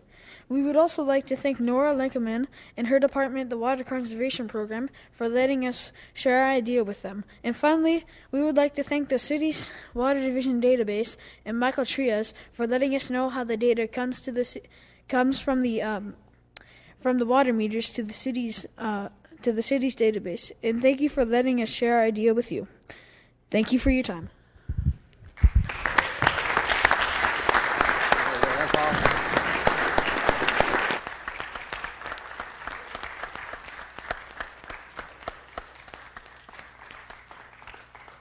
Council, there's a lesson to be learned here. Now, we need to speak in unison. Yeah. Okay?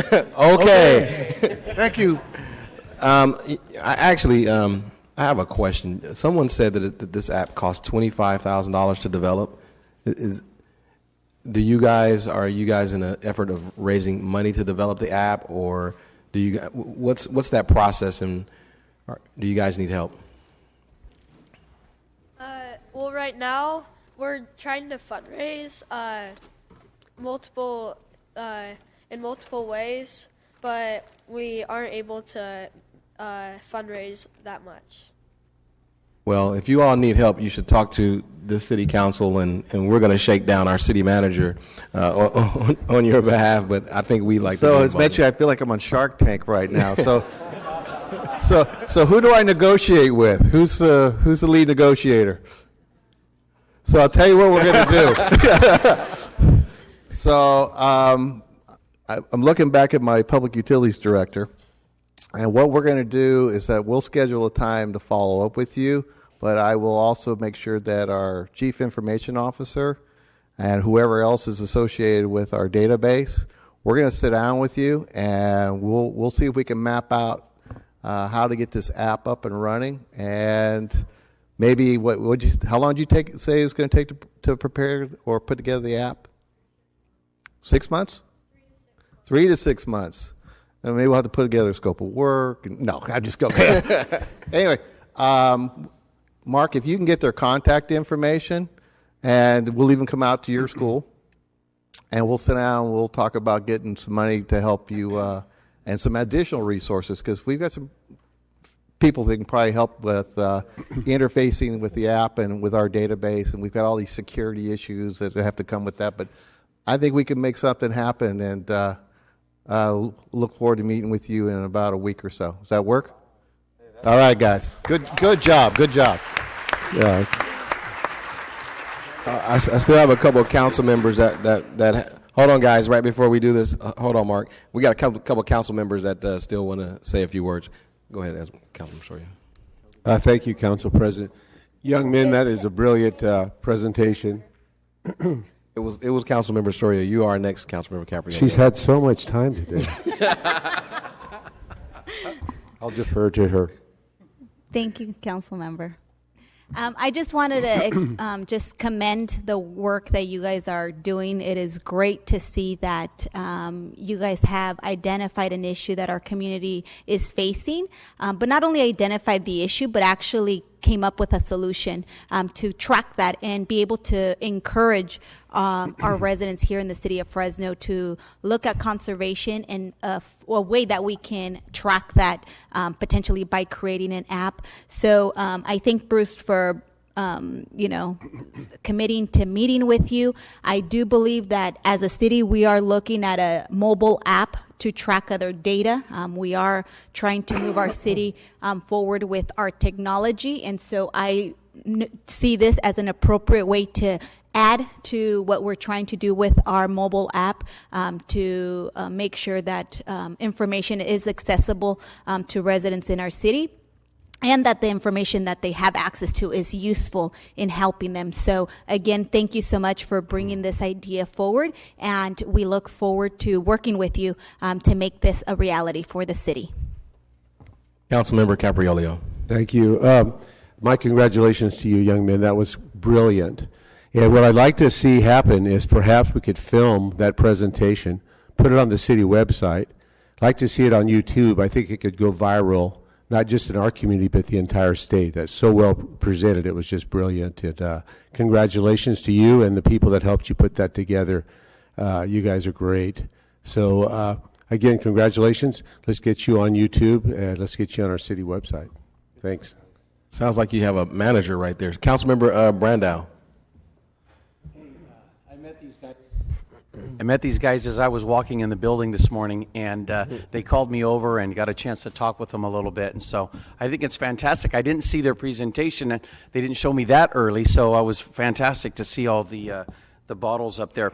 One of you guys mentioned a website, and I tried to get it. I tried to go up and look for it. What's it called? Was it 20-Gallon Challenge or something? There is a website called 20-Gallon Challenge. Is that right? The city's website. It's to save 20 gallons. Okay. All right. I'll continue looking for it.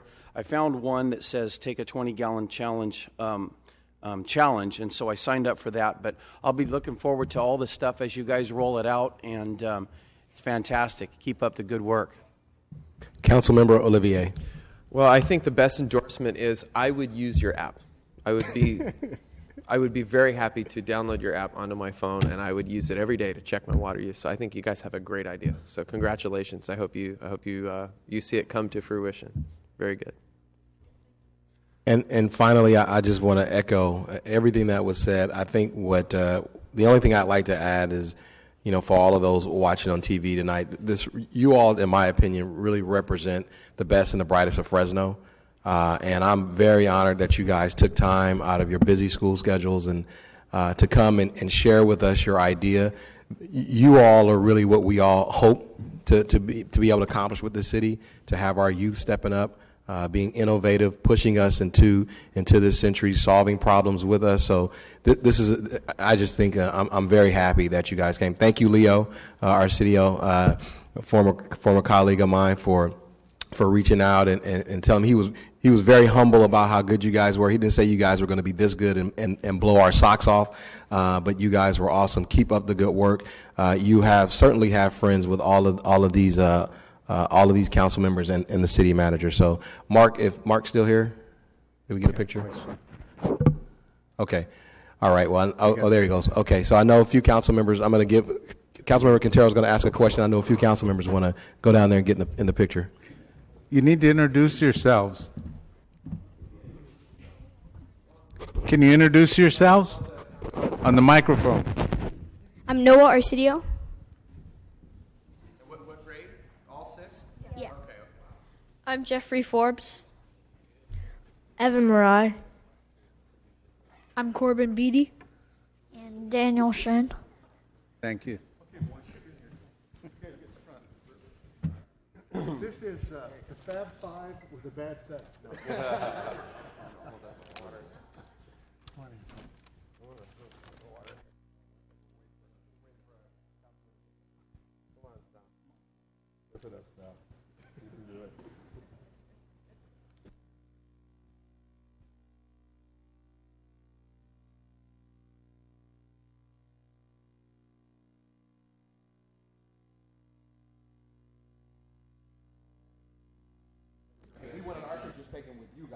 Yeah.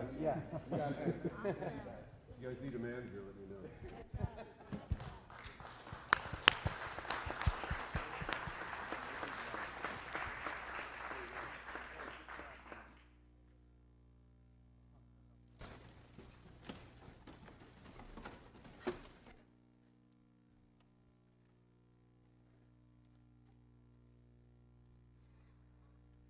All right, what a wonderful presentation. All right, now we actually will probably officially start our agenda. Madam Clerk, are there any changes to the minutes? To the minutes. Is there a motion to approve the minutes from March 5th? All right, it's been probably motion seconded. All those in favor? Aye. All opposed? Motion passes 7-0. Next, we have our council member reports and comments. Councilmember Brand. Wanted to mention two items. The first item included my good colleague and friend, Oliver Baines. I went to I was honored to be the 20th anniversary of the Fresno Community Church in my district, and also Pastor McGinsey was awarded a doctorate, and it was great. Great presentation. Thank you for inviting me in my district. You actually invited me. I invited you, but thank you for your assistance. Also, on Saturday, Councilmember Brandow and I went to the Coalition of Hope, invited by Pastor Jim Franklin in Sal's district. It's a great turnout. They bring food, and the police department was there, the fire department. This kind of showing people in the hardest hit areas. This was an area where there was some gang violence that there's hope in the city of Fresno. We care about our people, and great work by Pastor Franklin and all the volunteers. Thank you. All right, next up, Member Capriolio. Thank you. It's such a pleasure for me to have Fresno State University in my district, and here's a couple of reasons why. It's one of the jewels of the 4th District. The Associated Students, Inc. of Fresno State are currently the representatives are currently in New Orleans, and they're receiving the 2015 Excellent Awards. Their particular award is the Community Service Gold Award. So it's obviously extremely important to be given that award in New Orleans, and their particular item was community revitalization efforts, and it's quoted, a student movement promoting safety through service. So congratulations to ASI. And I also want to congratulate the fraternity known as Pike. Last Saturday, about 18 members of the fraternity and myself, we had a load of wood chips delivered to El Dorado Park at the Tot Lot. And this pile was literally 20 feet high. I accidentally called it Pike's Peak. And so all these fraternity young men got involved, and within 4 hours we covered completely with about a foot of new wood chips throughout the Tot Lot at El Dorado Park. They also participated in other areas of Wesley Church, improving that particular area, including the Boys and Girls Club. And we did some graffiti abatement ourselves on that as well. I just want to let you know that I think it's the top 3 Boys and Girls Club in the city of Fresno and the county of Fresno. It's really well used and well utilized. So congratulations to Pike, congratulations to the associated students, and to my favorite university, Fresno State. Thank you. Councilmember Soria. So I just want to say thank you to our code enforcement and the Fresno Police Department for accompanying me on my second community meeting, which I hosted last Thursday. We had over 50 residents come and learn about not only the services that we provide here in the city, but also hear about some of the issues impacting our neighborhood. So I'm very grateful for the representation that I had from the Fresno Police Department and code enforcement. I also want to just thank the airport staff, also Public Works for working with me. I did did a streets tour with the Public Works Department. So we went and drove around to see the various neighborhoods in my district to really look at what are the needs. in the neighborhoods, and also what are some of the upcoming projects. So I want to thank the public works staff for taking their time to go and drive around with me. And also I just want to thank the police department for allowing me to be part of the ceasefire. I did go to the ceasefire, and so if you guys have not attended a ceasefire, I do recommend you guys go and witness and share that moment. It was a very intense moment, but very great work that is happening in our community in partnership with our department and with the faith-based community and other nonprofits and social service providers here in our community. So it is great work. I just want to say congratulations on doing a great job and continuing to do the hard work for our community to really ensure that our neighborhoods are safe. We know that we are getting to some warmer days, so this work is definitely needed. So I just wanted to acknowledge that work. So thank you so much. And then lastly, I know that I had a conversation earlier with Bruce. I just do want to acknowledge that I've been in conversations with Fresno County First 5, and so I'm glad to have heard from Bruce that he will be looking into making City Hall more family friendly, and we would hopefully look into getting our bathroom. If you guys haven't noticed, our bathrooms don't have baby changing tables, and so I think it's an exciting project that we can work on as a city to make sure that this space is a public space. It is a space that is inviting to our families and the children of our community, and also to support our working mothers. So I'm hoping that we can look at some unused space that would provide nursing mothers and women in our building, encourage them not only to nurse but also to have that safe space for them. So I'm encouraged by our conversation. I am excited to hear that First 5 is willing to provide some funding to pay for some of the materials needed, and so I'm just excited to be able to say that the City Hall will be moving forward to being much more family friendly and inviting to our community. Councilmember Olivier. Thank you, President Baines. I'll be very brief. I wanted to give an update. We had a community meeting last night at the VA Medical Center at Clinton and Fresno. And as some of you may know, we've had a parking issue. And I know that Dell is here and Bruce also has been following this because the employees at the VA Medical Center frequently park. And I know our motors are here too. I know you guys know all about that as well. The employees of the VA Medical Center actually don't have a place to park, so they park in the residential areas. They park on the streets in front of people's homes, and on trash days they'll actually move the trash cans where the trash truck can't get to them, and so they can park and then go into work. So there are some big changes coming there. It's the federal government is building a parking structure. They're also leasing a church parking lot nearby, and the parking facilities are going to be for the employees as well as patients, who first come, first serve. But the VA people are very excited and hopeful that people will be able to park. It will alleviate some of the pressure in the neighborhoods. I did talk to the residents about starting a parking district, but they remain opposed to doing a parking district in their neighborhoods. So parking structure should be up in between 6 to 8 months, and the majority of the residents are optimistic that people will have a place to park, and that will alleviate some of the congestion on their residential streets. So and thanks for all your work on that, staff. Councilmember Quintero. Thank you, Mr. President. Last year, the City Council awarded some monies to the Housing Authority to build 9 houses in southeast Fresno for families. And this past Saturday, 2 of the homes were dedicated, 2 of the 9 homes, and it was the Zhang family and the Chu family. The Zhang family is not related to Blanc, so nothing to worry about.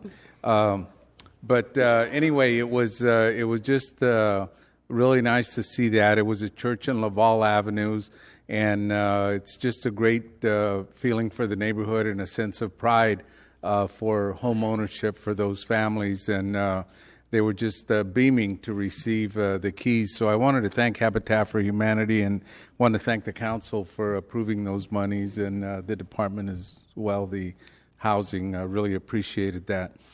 Secondly, City Manager, we had a couple of projects approved last year by the City Council. One was during budget for Southeast Fresno. One was the rebuilding of a street, which was Heaton Avenue, and the monies were voted on by the council during budget, and nothing's been done. So do we have to wait for the next budget to come through, or what? And I was promised an answer, but you can send me an email if you don't mind. And I've been waiting for an email for a while on that one. And then also we had another project of 4 properties on Orange Avenue when we were discussing the BRT monies that we were going to deal with the sidewalk and curb and granting of the easements. And all those were last year. So I got a couple more that I'll be sending you emails for.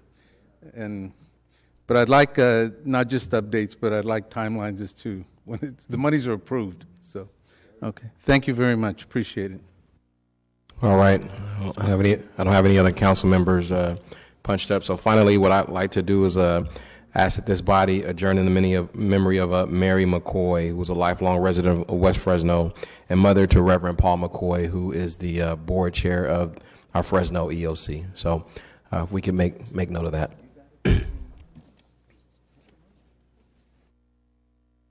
Do we have any changes to the agenda? Yes, we do. We have several changes. Several items have been removed from the agenda. The first one is item 1F, item number 15179, which is a resolution identifying the terms and conditions for the fire department response away from their official duty station. That's being removed by staff. The next item being removed is item 1M, as in man, item number 15213. It's an awards requirements contract for a magnetic flow meter, and that's being removed by staff. Item 1S, item number 15229, is a bill amending the FMC to regarding filing administrative appeals. That's also being removed by staff. Item 1T, which is item number 15230. It's a bill amending the FMC to require confirmation of costs by the hearing officer, and that's being removed by staff. In addition, we have the 1015 item. We have to correct that because it is showing District 1. It should show District 3. Also, item 1030. It also shows District 1 when it should show District 3. And finally, the 945 item, which is a redevelopment item, it should show that both the successor agency and the city will be taking action. Are those all the changes? All the changes. Councilmember Capriolio. On the 11 o'clock item, Madam Clerk, have we received any information on that workshop 24 hours prior to our meeting? If we received it, you would have received it as well. So, no, we don't have anything yet. It was my understanding that on workshop items and voting items that they would be presented to us 24 hours, at least 24 hours in advance, at least. And that would enable us to be better prepared and be able to understand the workshop or the item we're voting on. So perhaps the presenter can explain to me why we don't get these things at least 24 hours in advance. Okay. You want the presenter to explain now, or you want to wait for the item to come up? We'll wait till the item comes up. Okay. All right. So do we have any other changes to the agenda? Councilmember Brand. Okay. We'll be there in just a moment. All right. So with those changes to the agenda, do we have a motion to approve the agenda? And I'll second. All those in favor? All those opposed? All right. Next, we have the consent calendar. Would any member of the public like to speak on any items on the consent calendar? If so, you have 3 minutes. All right, seeing none, I'll bring it back to the dais. Councilmember Brand. I'd like to pull item 1G, and then a clarification from the city manager that items 1S and 1T have been pulled. Is that correct, city manager? Yes. Okay, Yes. so they don't have to be pulled then? No. Okay. Item 1G, okay. Councilmember Quintero. I'd like to pull item 1L. All right. Do we have a motion to approve the balance of the consent calendar? I'll make a motion. Do we have a second? All right. All those in favor? All those opposed? All right. We will now have staff come up and present item 1G.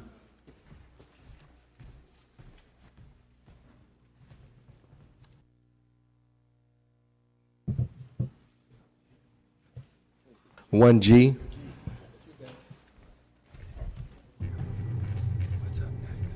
I don't know yet. Is it okay?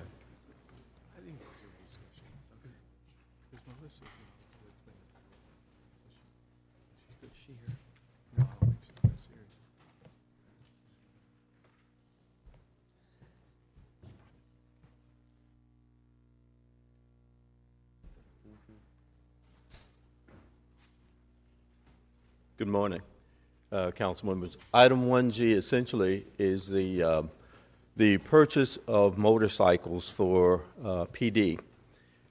Essentially, we pulled an analysis. There were two very compelling documents that we governed the purchase on. One was the Michigan State document that compared a number of motorcycles, in particular the BMW motorcycle.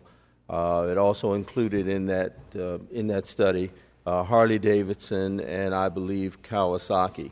The other document was the LA County study, and the LA County study said overwhelmingly the BMW bike was the safest and most secure, overwhelmingly.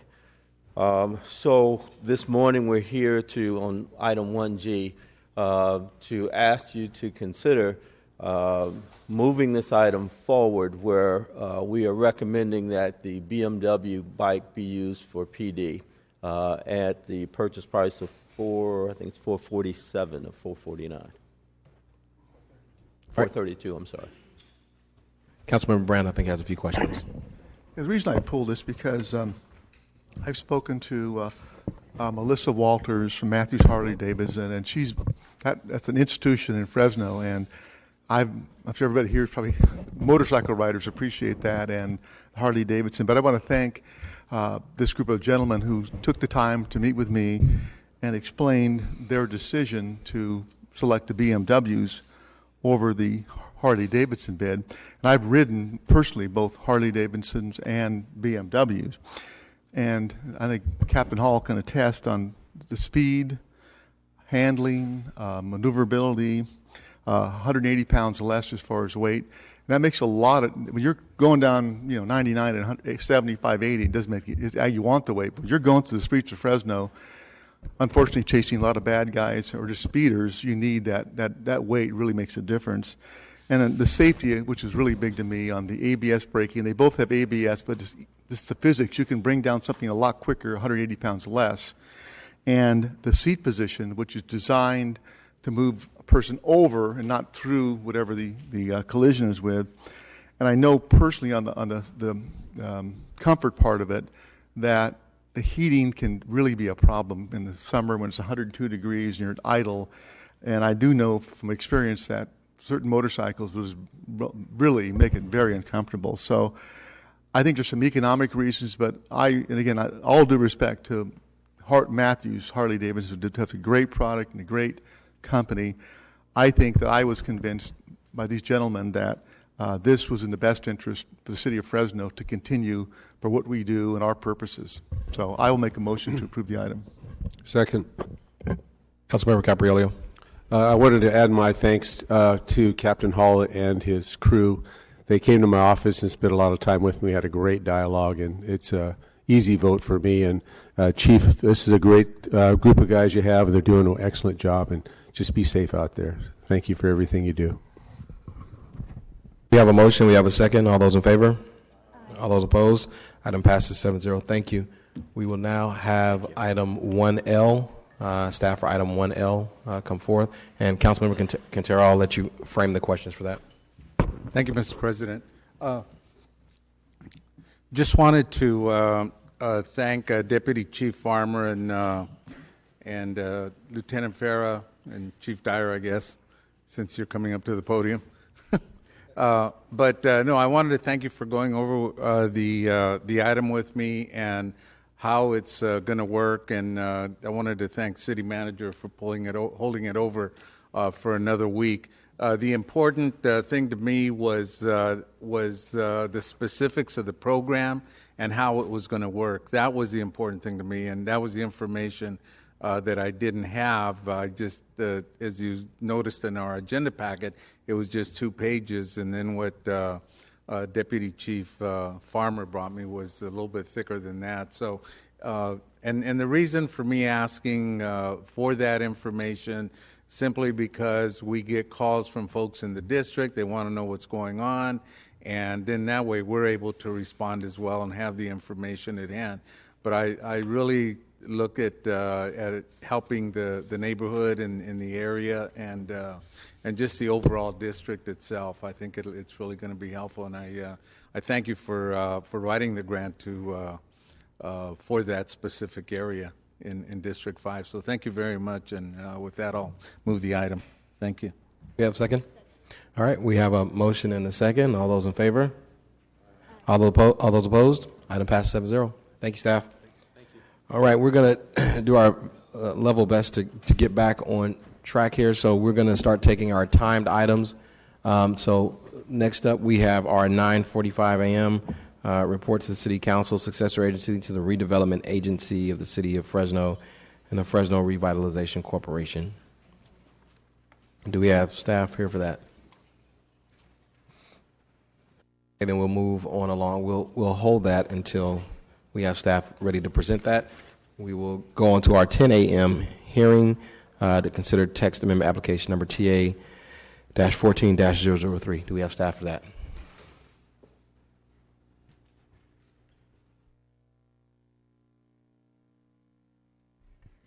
Good morning, Council President, Council members. Mackenzie Contreras with the Development and Resource Management Department. You'll be considering text amendment, which will be to allow a family restaurant, game, and entertainment center within a mixed-use development in the CP district that's over 20 acres. Staff has nothing to add to the report. However, staff has prepared a presentation if you wish to hear that. If not, staff will be here to answer any questions.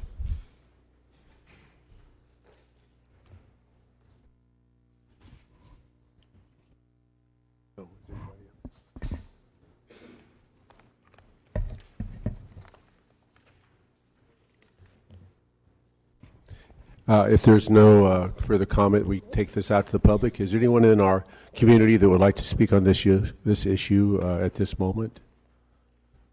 Seeing none, we'll bring it back up here. Is the screen clear, Steve? You have Councilman Brand. Councilmember Brand. I'll make sure we're on the text amendment, correct? Okay, for the Dave and Buster's? Okay. It's the text amendment for a citywide application. Dave & Buster's is a separate entitlement. This is designed specifically for the CUP, right? For one of the uses, yes. Right, okay. You stay up there for a second. Now, in your opinion, is there any need... Councilmember Brand, we can't hear you. I don't know why. Is your mic on, or... Is it okay? Still not. Hello? Maybe you should get more mic friendly. Can you hear me? Yes. Okay. In your opinion, this is the parcel that is adjacent to Freeway 41 and Bryant Road, which would be, I believe, almost directly west of the current Applebee's. Right. So, in your opinion, is there any need, based on the way the process will unfold, to have a CEQA evaluation? Sequel will be done on any entitlement. So that conditional use permit for that site will have a environmental assessment prepared for that particular location, as will any other development within the city that would be using this policy. Okay, and on the traffic studies, you feel comfortable that based on the use of this proposed site on the CUP that it all falls within acceptable standards? Correct. We did have a traffic study that was prepared for the conditional use permit for that particular site, and we did get comments back from our Public Works Department that found their traffic study to be adequate with requirements for payment of particular impact fees. Okay, because Mike, do you want to say something? Yes, Councilmember Brand, the matter before you is simply just a text amendment, and the actual details regarding CEQA for the proposed project will be determined during the CUP, so we're only talking about the text amendment at this point. Okay, shoot, okay, all right, thank you. So, okay, so with that, Council President, I'll make a motion to approve this item. The item is being introduced today and will be adopted April 9th. We'll come back April 9th for adoption. So do we need action, City Attorney, on this item? Right, okay. All right, so I'll make a motion then to approve the item per the staff recommendation. We have a motion. Do we have a second? Okay, we have a motion and a second. Councilmember Capriolio. Mackenzie, as part of the CEQA process, will there be a traffic study on this particular? For the text amendment, there was the project itself. For the project itself, yeah, depending on where the project was and what its impact would be, there would be an environmental assessment prepared for it. For the one that Councilmember Brand was discussing, one will be prepared and a traffic study was completed. Very good. And will this go back to Planning Commission, my former colleagues? No. The text amendment, no. The conditional use permit is granted at director level. So will any part of the project go back to the Planning Commission? Unless appealed. Okay, thank you. City Attorney. And Council, to be clear, the bill is being introduced today, but you are also finally adopting the CEQA finding today, too. All right, we've had a motion and a second. All those in favor? All those opposed? Item passes 7-0. Thank you. We will now hear the 1015 hearing to consider adoption of resolutions related to the designation of priorities to the local register of historic resources. Staff.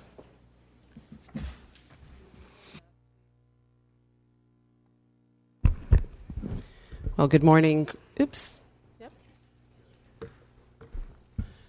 Corona Hattersley Drayton here on behalf of DARM and the Historic Preservation Commission. Because of time, I will sort of slip through some of the first slides. The second presentation at 10:30, I can just even ask you if you have questions.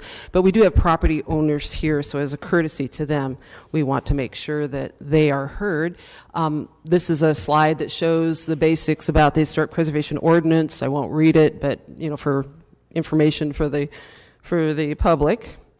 And the criteria for listing on the local register, I think most of the council knows this, must be usually 50 years of age and have both significance and historic and have integrity to that period of significance.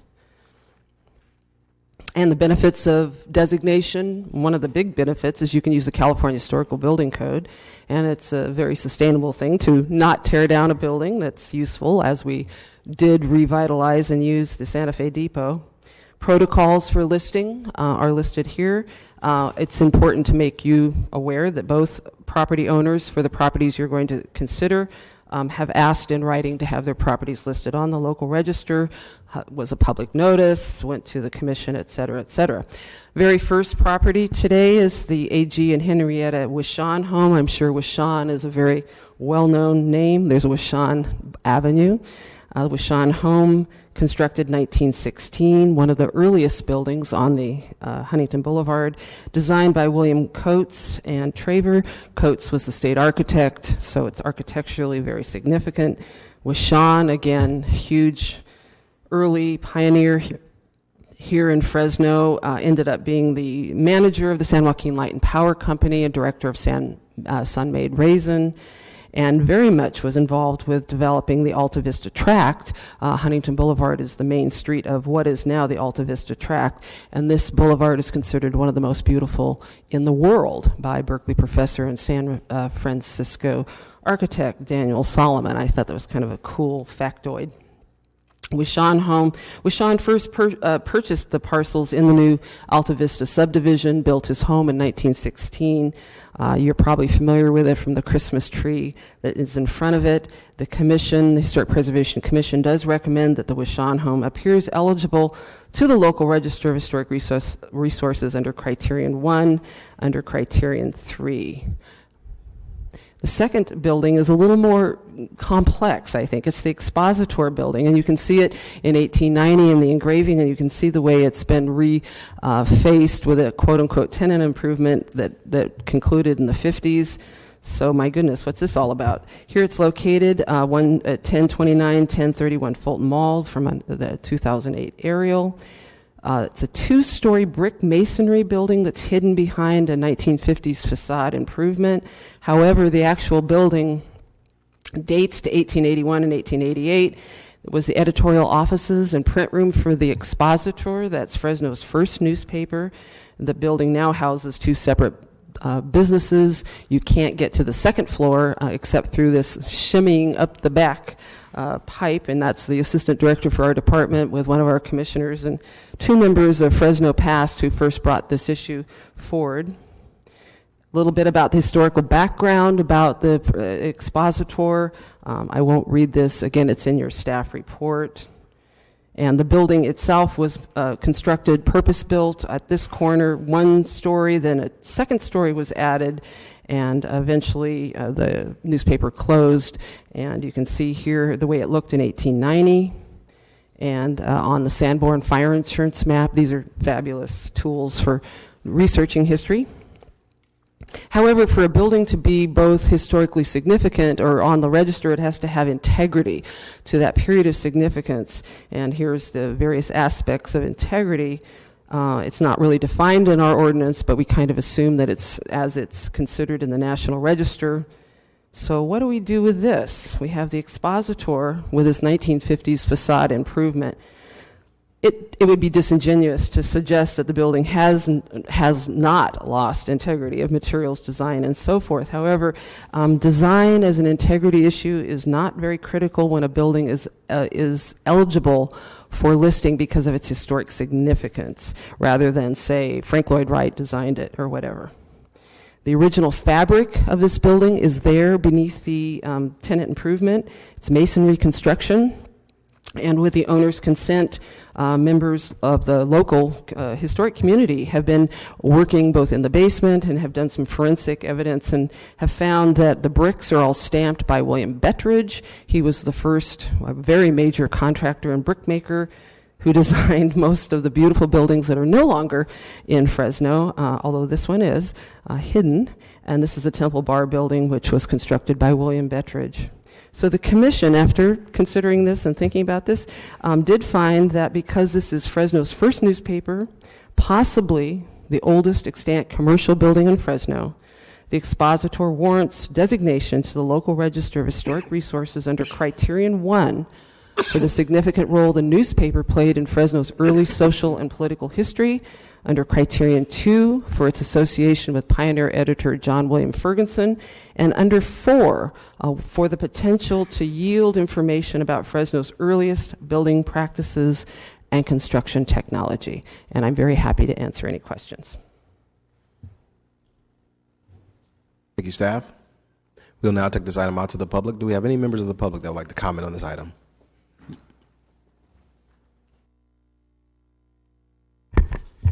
Thank you, Mr. President. Members of the council, Dave Herb, 3263 East Huntington Boulevard. As such, I'm here this morning in a slightly different role than you usually see me. This one's personal. This, the Wishon home, that is a neighbor.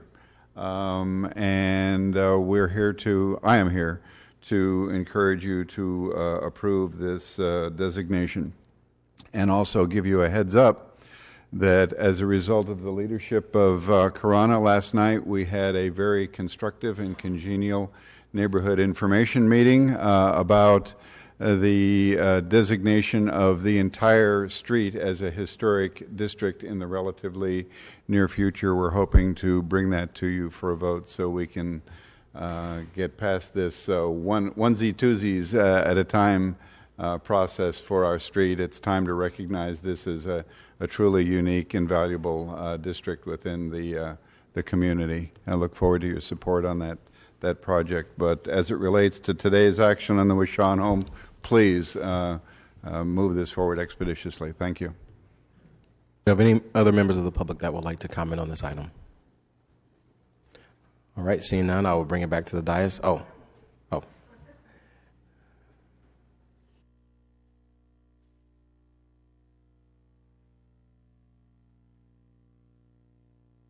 Hi, I'm John Roop. I discovered the expositor building.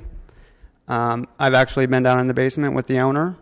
Nobody knew the basement existed, and I went down there, and I also retrieved some historical text down there, which concreted the evidence that it was the expositor. I came out with newspapers from the expositor from 1892 and 2 editions from 1898. There was also things found down there from prior businesses from the 50s, 40s. There was ad placements in the paper found down there. There was so much stuff down there, I couldn't carry it all out with me. And the basement does reveal the true age of the building because it's been untouched. The original arched windows are still down there. And I did bring all the stuff I found down there. But restoration efforts are in place. We have the city's top historic architects in place to restore it. Craig Sharton's working on it. We went upstairs. The windows are still there. They're bricked in. But there is a definite plan to restore it and to use the building as a model for the other businesses around on the Fulton Mall. That's all I have. Do we have any other members of the public that would like to comment on this item? All right, seeing none, I will bring it back to the dais. Councilmember Brandow. Thank you, Corona. I have a couple quick questions, and really it is about the expositor building, not the one on Huntington Boulevard. Right. That one seems to be a slam dunk to me. Thank you, Dave, for commenting there on that one. But on the expositor building, I want to ask, does that conflict at all with the restoration of the mall as in turning the mall into a street? Will there be a conflict? No, that's a great question. And no, in fact, the owner purchased the building, not even a year ago, partly because he thought and knew that it would become a street. And so there's a lot of new activity and new property development based on the concept and the idea that it will be a street. So no, he's very excited about that. So the owner's supportive of it? It's very supportive of both the street, both of Fulton Mall becoming a street and also possibly restoring the building to look more like it did in the 19th, early 20th century as part of sort of our historic fabric. So It seems like they're working together real well. Good. Yeah. I very much support that. Then I just want to make sure there wasn't some... No conflict whatsoever. Okay, there are several historic buildings already on the mall, as you well know, Yes, both absolutely. on the national and local. So this would just be yet another... Yeah. All right. I'm very supportive. Thanks, Corona. Well, thank you. And the owner apologizes. He is in San Jose, and he was not able to get here today, but we do have his... Well, thank you for coming and speaking to us today.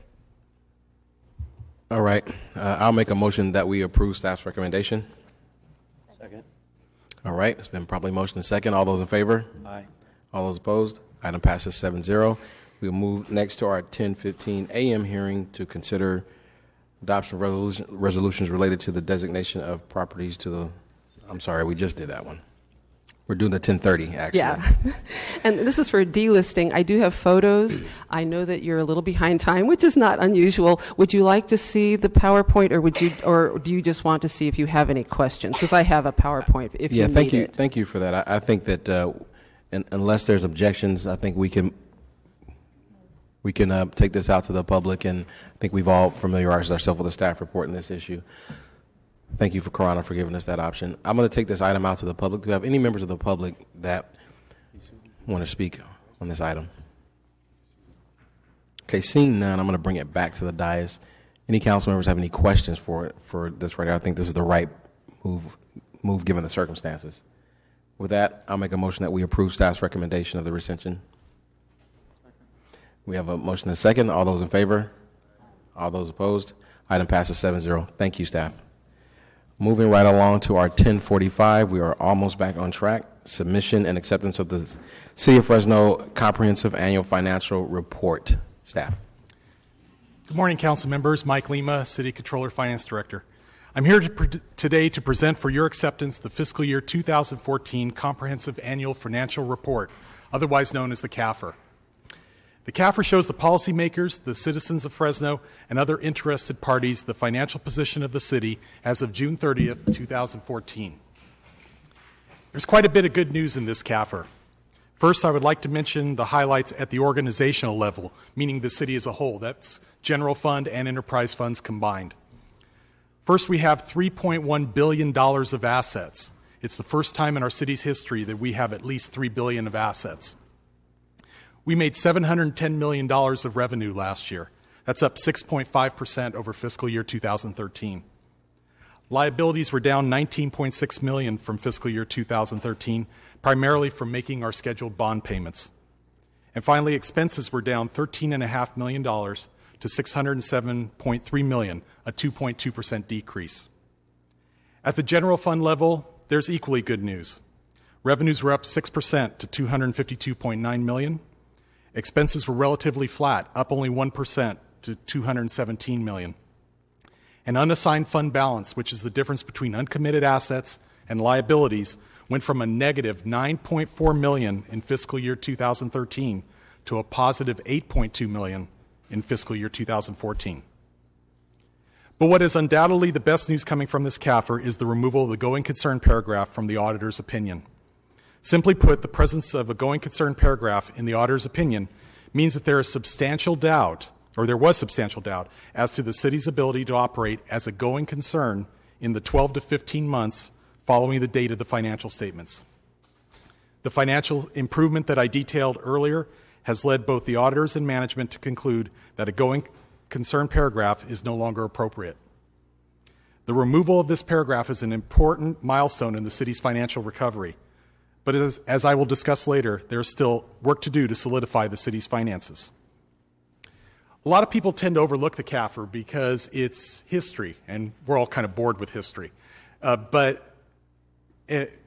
People instead focus more on the budget document because it's more forward-looking. But there's a lot of really valuable information in this document that can be used to help shape policy and to help formulate future budgets. What we've done is we've made that convenient for you to find that information by putting it in the management discussion and analysis, or as we call it, the MD&A, which can be found on pages 60 through 50 of this CAFR. If there's one section that I would encourage you and everyone interested in the city's finances to read, it would be the MD&A. We've also prepared a summary section of key information in the CAFR that we've just shared with you and that we will be posting on our website after this meeting. As I mentioned before, there is a lot of good news in this CAFR. Yet the CAFR also lists several items which still need to be addressed.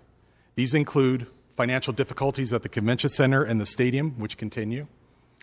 It shows slower receipt of grant reimbursements from several other governments, which means we need to keep more cash on hand in order to cover the upfront costs of those grant-funded projects and programs. And finally, the general fund reserve that is, as of the date of this CAFR, was $1.5 million. That amount would not be adequate to cover 1/3 of our biweekly payroll. But I think the most telling statistic comes from an analysis of the statement of net position, which can be found on page 55 of your CAFR. And this is the statement where you see that we have $3.1 billion of assets. In isolation, that's an impressive number. But when you compare it to other cities, a different picture comes up. The Government Accounting Standards Board, which is the group that specifies the format that we have to use to present these financial statements, has made that statement uniform across all government entities. So you could take that same statement and go to another city and you'd find the same exact statement from them, with different numbers, obviously, but the same format will be there. So you can compare one city to another, or for instance, compare all California cities. Or in our case, what we did was we went and looked at the top 25 cities in California by population.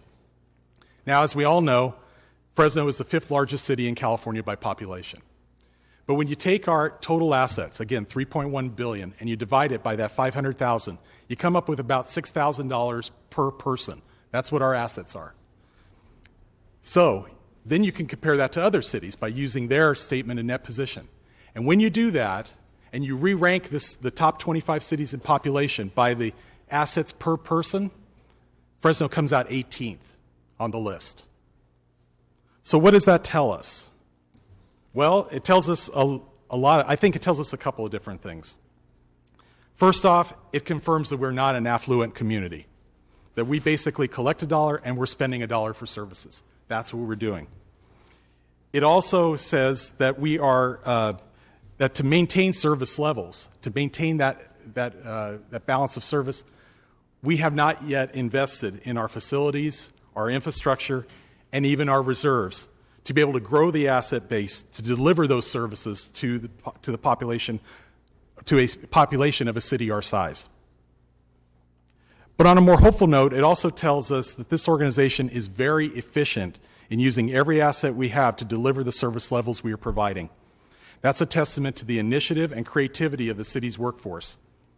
I've had the privilege of seeing some of that creativity as part of the team that compiled this CAFR, and I would like to take this moment to recognize Karen Bradley, Margaret Bell, Anita Villarreal, Gilbert Elizondo, Mary Boyajian, Kim Jackson, Phil Hardcastle, Lily Banuelos, and all the city staff whose dedicated efforts led to the creation of this document. I would also like to thank Macias, Genie, and O'Connell for their work in auditing our financial statements. There is a lot to celebrate in this CAFR. The numbers depicted in this document unquestionably show improvement in the city's finances. That improvement, bolstered by the absence of a going concern paragraph, tells us that we have stepped back from the precipice. But this CAFR also tells us we still have much work to do before we can be considered completely financially stable. By sticking with the plan the mayor put forth, the council enacted, and the city manager implemented over the past few years, we are on the path to reaching that goal. Thank you for your time. I'd be happy to answer any questions you may have. Thank you, staff. We'll now take this item out to the public. Do we have any members of the public that wish to comment on this item? Seeing none, I'll bring it back to the dais. Councilmember Brand. Thank you, Council President. Thank you, Mike and Karen and the others for meeting with Member Capriolio and myself the other day. I just want to say, for somebody who's been here for going on 7 years, just what the significance of what we're doing today really means.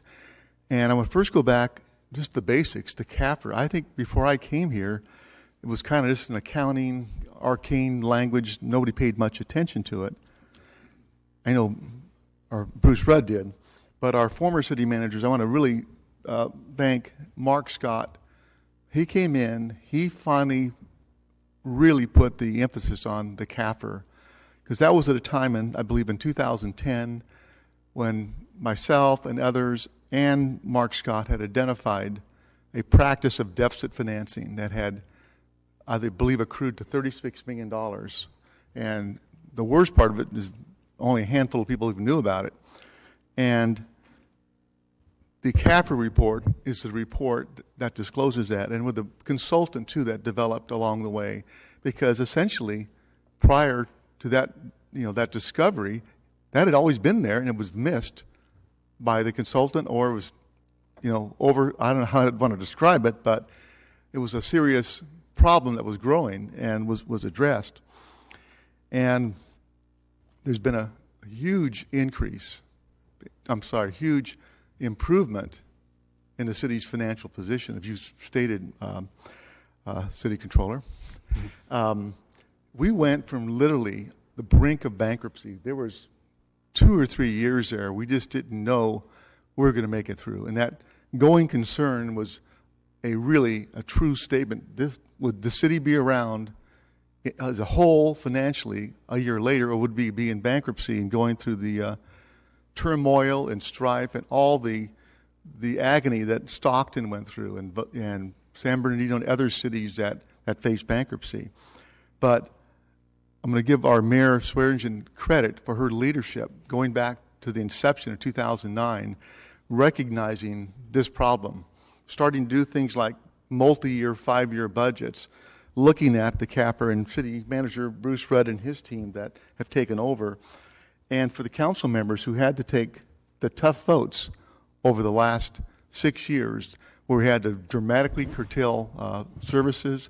A lot of people were laid off. It was very difficult. It was just no good news for a while, but all those very, very difficult decisions have come to fruition. We're seeing now a transformation from, fiscal insolvency to restoration. We're starting to see the city rebuild, hire police officers, firefighters, a few dollars here and a few dollars there. And I want to make a point that you'd made about the city's net position of $3.1 billion, because during this water debate we had last year, there was a lot of things that were said that were totally inaccurate. And one that was said was that the city had a negative net worth of over $200 million, which was simply the person who said that statement could not read a financial statement, because that $215 million, as Karen Bradley knows, was basically the accrued liabilities we have to post in the CAFR. But the bottom line was the net worth, that's assets minus liability for the city of Fresno, is nearly $1.8 billion. And that's a huge improvement, and it states a lot about what we've done here at the city of Fresno. And what this also means, and correct me if I'm wrong, is this is the start of improving the city's credit rating. Because at one time we had commercial paper we could borrow on a short-term basis that we basically, when we descended on our ratings by the various agencies, that alternative was basically too expensive. And we still have a ways to go, and we talked about it yesterday. But I think there were several things, including this.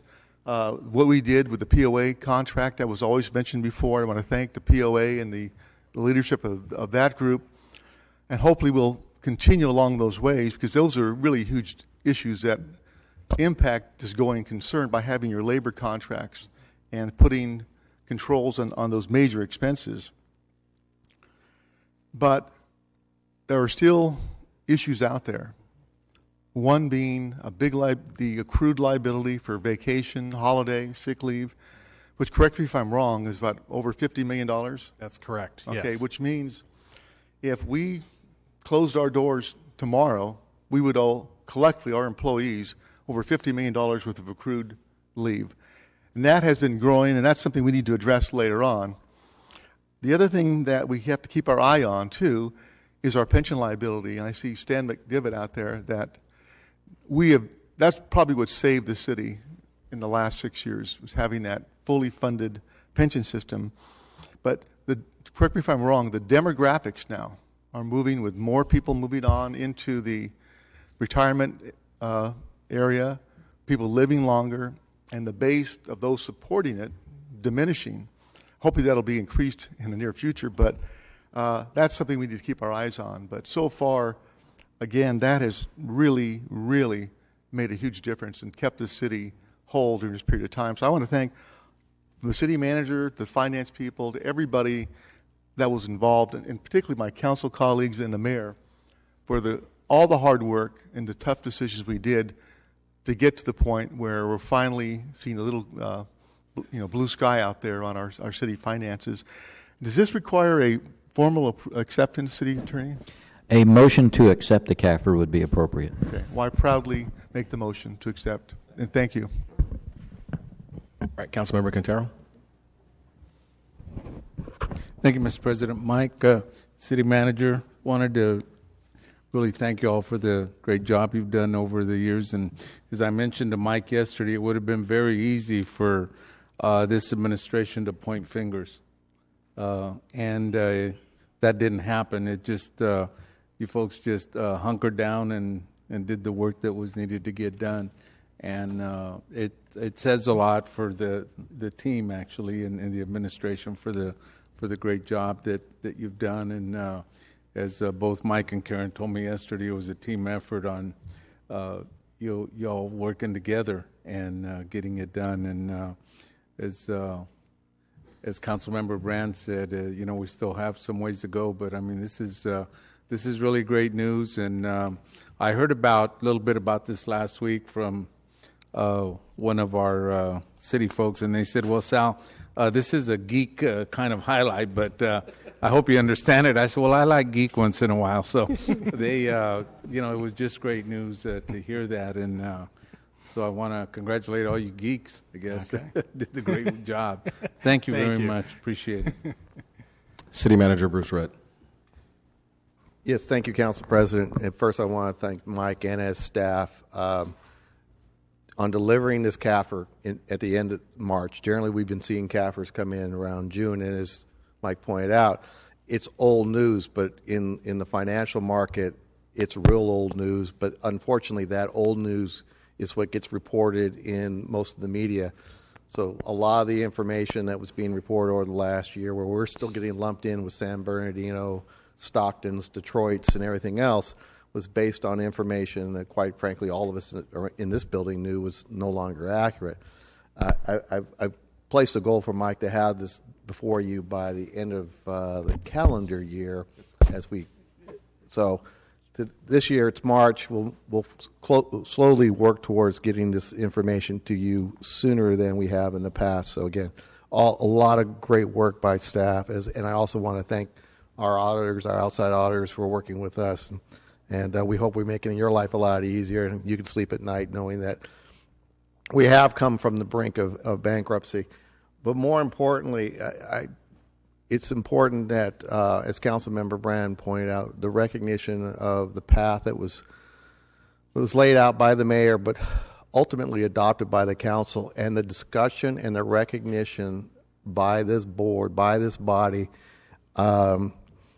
as how we got here, or how we got where we were, and some of the challenges or some of the things that were done in the past, but a collective commitment to change the culture of this organization and how we deal with our finances. Everything from the 5-year budgeting and looking at the decisions that we make today and whether or not they are sustainable in the long run. And I want to commend the council because there are times where, and you've heard me talk about this, there are competing priorities every day, a lot of times for the same dollars. Mike pointed out that expenses have been relatively flat. That's true. But they've been relatively flat because of things such as attrition rates in the police department and a diminishing level of service in both police and fire. We've all had to go through this, and as we continue to move forward, recognizing that we had committed to incrementally restoring services, but acknowledging that we never really have had an adequate level of reserves. And I'll give you an example. Within the collective bargaining agreements with all of our unions, there's a provision that mandates a 4-month reserve for our health and welfare trust. And if that reserve drops below 4 months, the city helps write the check or writes the check or the increased contribution to get it back to a 4-month reserve. Mr. Brand just wrote an act that requires for the enterprise departments who go out for bonds a 6-month reserve. And we're working together on something that would require the general fund to have a 25% reserve. We are a long ways away from a 25 or a 4-month reserve. To put it in perspective, we're looking at almost over $60 million reserve. If we applied the same discipline or the same mandate to the general fund that we apply and agree to with our labor partners for our employees' health and welfare trust, we would have had $60 million in the bank at the time that the economy went south, and we would probably been in better position to weather that storm. So I want to thank the council for recognizing both the importance of the reserve as well as the need to try to incrementally improve service as we move forward, but also finally the recognition that we own $3 billion worth of assets, and as owners, we haven't been real good at maintaining those assets over the long run. Everything from our facilities to streets to sidewalks, these are things that define our community. So I want to thank the council, and I know the mayor shares this with me, to have the courage to make those hard decisions when those decisions had to be made, because what we had to go through over the last 4 years has been tough, and I know each and every one of us do not want to put this organization in the same position it found itself in, and have somebody else sit up here have to go through what we went through. So thank you very much. Thank you, Bruce. And I'm just making a few comments, Mike. You don't have to stand there if you don't want to. Okay. I want to certainly echo the sentiments of not only council members Brand and Quintero and City Manager Rudd, but I remember not as long as Lee, for sure. When Lee came here, you guys were in the full froth of with some awful financial times, but I think when I came, it was pretty bad. It was really we hadn't hit rock bottom yet, so we were still spiraling when I got here in 2010. And the first couple of years, I remember doing several budgets, projections being worse than what we thought, having to lay considerable number of people off, having to take very difficult votes, really make really tough choices and tough decisions. It was very hard being here in this organization at that time. It was not a lot of morale, not only inside the building, but not outside the building as well. And so I remember those times, and I think it's appropriate to say that we are weathered a storm and evolve from that, but not without a lot of tough choices. And a couple of people I certainly think deserve some recognition. Of course, the mayor, former city manager Mark Scott. I think that's appropriate, because I think not a lot of us understood how to read the CAFR and put the CAFR in context and what we were doing until Mark came. So I think Councilmember Brand is right in that recognition. Obviously, the mayor and her leadership was needed. She has a very distinct style of leadership when it comes to these types of matters, and it worked. It was good, and this city needed that at the time for sure. And I don't want to leave out Councilmember Brand, who I think through those tough decisions, my colleague actually, although we had to make really tough one-vote decisions, we also made a lot of decisions that codified future behavior, so that we hopefully won't go backward again. And I think that Councilmember Brand is to be commended on several of the acts that were brought forth, that, in my opinion, will hopefully many years to come protect us from some of those bad choices that we got into before. That was important. It's important to have the policy pieces changed as well.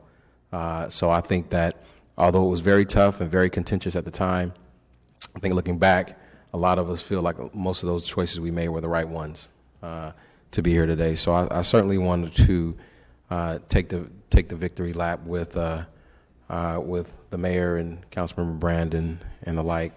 And as I wrap up my comments, I do want to end them not on a low note, but on a challenge. Because, Mike, I think I am so glad that you gave us the sobering statistic that although we're the 5th largest city in the state, we're also the 18th when it comes to the assets of our individual citizens. So what that means is we need to be strategic in putting our community to work and focusing on creating a higher wage earner here in our city. It should be important to us to do that. We should make sure that we now are pivoting to doing things that will increase our net income with our residents, and we should be strategic in that. We should be looking toward that, because we should be the 5th largest city in assets as well. So I appreciate you really bookending that with those remarks. Making sure that we understand that there's still a lot of work to do. And at the same time, And again, not to end on a low note, but at the same time, I think we need to be cautiously optimistic, and we don't want to celebrate too much. So I know that my colleagues and our city manager won't let us celebrate too much, but we want to acknowledge the tough times, that we come through tough times, but we also want to be cautious as we move forward. And I think that we want to make sure that we wrap this around strategy about putting our people to work here in Fresno. So I don't know, Councilmember Brand, do you have a second yet? Okay. Oh, sorry. We have a second. So all those in favor of receiving the report? All those opposed? Item passes 7-0. Thanks, staff. Thanks, Mike. All right, we're going to jump around a little bit because I see we have Marlene here. So, Marlene, I want to jump back to our 9:45 item. And if you can open that up for us. Thank you. As you're aware, the successor agency is required to dispose of all of its property. The city of Fresno is interested in a parcel that the successor agency owns, generally at the northwest corner of Inyo and Fulton, and the city has offered to purchase that property for its appraised value at $328,000.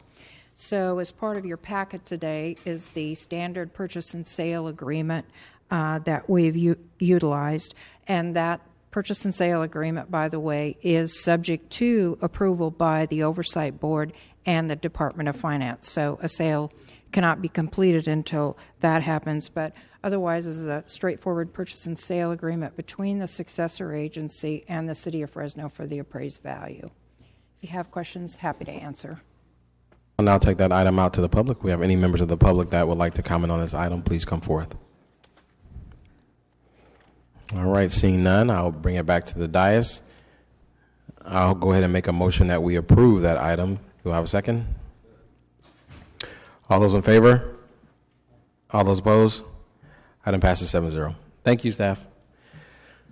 So I'm going to go slightly out of order because we want to make sure that we have, I'm bringing in lunch today, so we're going to pause on our 11 o'clock just for a minute, and we're going to present our City Council item 3A, and I see my staff, my lovely staff assistant, Tynese Arsenault, walking in.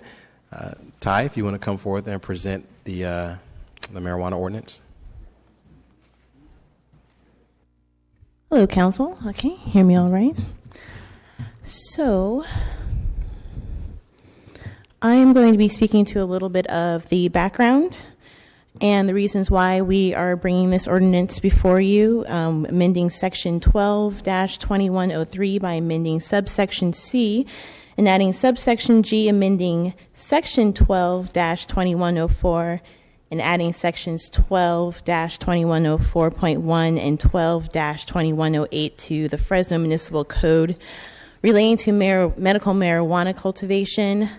Council Subcommittee on Medical Marijuana, which was Council President Baines, Council Member Clint Olivier, and former Council Member Buang Zhang. So on June 28, 2012, the Council adopted Bill Number B-12, Ordinance Number 2012-13, which added Article 21 to Chapter 12 to the Fresno Municipal Code. Section 12-2103 prohibited the outdoor cultivation of marijuana and did not place a prohibition on the indoor cultivation and or within an outdoor fully enclosed and secured structure approved by special permit.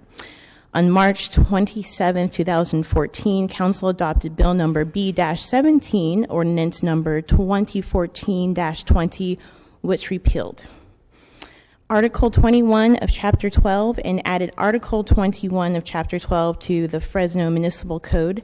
Section 12-2104 prohibited all marijuana cultivation by any person in all zone districts within the city.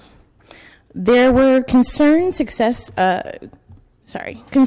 legal access to marijuana by medical marijuana users expressed during the testimony at the City Council meeting on March 27, 2014. So in response, the City Council formed a medical marijuana subcommittee during that same March 27, 2014 meeting to explore options for medical marijuana users to attain marijuana for medicinal use within the city. This subcommittee consisted of, as I said earlier, council members Oliver L. Baines III, Clinton Olivier, and then council member Blanc Chong, Fresno PD, and the Fresno City Attorney's Office. This subcommittee met 4 times, and the subcommittee has been in contact with members of the public regarding the issues and held a meeting to which members of the public were invited on May 5th, 2014. The committee seeks protective exemption for medical marijuana cultivation within the city to speak to land use and cultivation impacts that the state's Compassionate Use Act and medical marijuana program do not address. The committee is recommending limited and narrow immunity from the current prohibition of marijuana cultivation for citizens to be allowed to grow up to 4 marijuana plants indoors, as we feel the medical marijuana patients should have a safe and reliable access to their prescribed medication, while keeping in line with the city's compelling interest in protecting the public health, safety, and welfare of its residents and businesses in preserving the peace and quiet of neighborhoods. So thank you for your time, and I look forward to your support regarding this issue. Thank you, Ty. I'm going to take the matter out to the public, and when we bring it back, I will give a little further background on the issue. So now I'll take the item out to the public. Do we have any members of the public that would like to comment on this item? If so, please come forward, state your name and address for the record, and you have 3 minutes. Good morning. My name is Jack Payton. I live in the city of Fresno. I live in the Tower. Right about a year ago, I stood right here, and I urged you to work with patients and stakeholders to come to a reasonable middle ground. And we started to do that. We had the subcommittee. When I attended the meeting in May, we were presented with essentially this exact ordinance. 4 plants, all indoors. We gave feedback. That feedback seems to have been completely ignored. 4 plants. Why not 6? That's what's outlined in SB 420. Why can't we get some consistency? Additionally, the staff report compares growing medical marijuana to growing houseplants. Houseplants that you stick in the corner, put it over by your window, water it once in a while. I can tell you from experience, growing medical marijuana is nothing like that. It requires lighting, it requires lots of electricity, more water, and a lot more effort. You have to keep an eye on it. And not everybody is able to do that. Not everybody has the resources to grow indoors. What about collectives? Patients growing for other patients to support one another so that everybody can get the medicine that they need. I applaud the effort. It seems that you're trying to take steps, and that's great. But this ordinance is just one step. There's still a lot more work that needs to be done. There's still a lot more thought that needs to be put into this before it's really something that's workable for patients. I urge you to keep the dialogue going. Have the subcommittee meet again, and let's make this work. Thank you.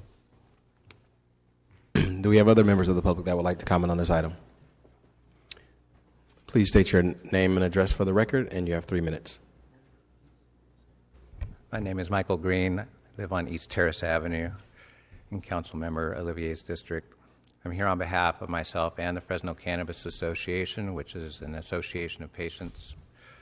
I also applaud the effort. It's belated. We went over this in May. We expressed some concerns with the restrictions in this ordinance, as well as the one that was discussed at the time involving collectives. In August, we unfortunately had to take Mr. Brand to task for bringing in an ordinance that would have affected medical cannabis patients in a kind of unilateral fashion. I'm going to have to bring the same complaint here. You brought forth this ordinance nearly a year ago. There's no real sense of urgency that I've seen that would bring it forth now. And And so we'll drill down into it. Yes, 6 plants is the minimum standard that was set by the state legislature. I don't know where 4 came from. That's the number that came up a year ago. But SB 420, Health and Safety Code Section 11362.77 sets a minimum floor of 6 plants per patient. That issue is still being litigated, including a case that the city is a defendant in that's now on appeal to the 5th District. So if you think you're on firm legal ground with the 4 plants, I would like to remind you that you're not. More importantly, this ordinance does nothing to address the excessive fines in Ordinance 2014-20. There's no justification for the fines of $1,000 per plant. I'm very thankful that item 1S was pulled because the administrative fines that were considered in that would have reached the tens or hundreds of thousands of dollars, and having to post that amount before you even had an appeal right would have been ridiculous. Procedurally, you need to run this back past the Planning Commission like you did with Ordinance 2012-13, but you kind of skipped over that step with 2014-20. You should address the issue of collectives, because even under this ordinance and the 4 poultry plants that you're authorizing, there are going to be some people who will not have the ability to do that, and collectives are necessary for those people who cannot or will not grow their own in residential settings. And you don't provide any cultivation outlets except in residential settings. You don't go into commercial, you don't go into industrial, you don't even address those possibilities, even though that zoning would be preferable for collective cultivation. Finally, at the very least, you should consider greenhouse growing that is not in a permitted city building.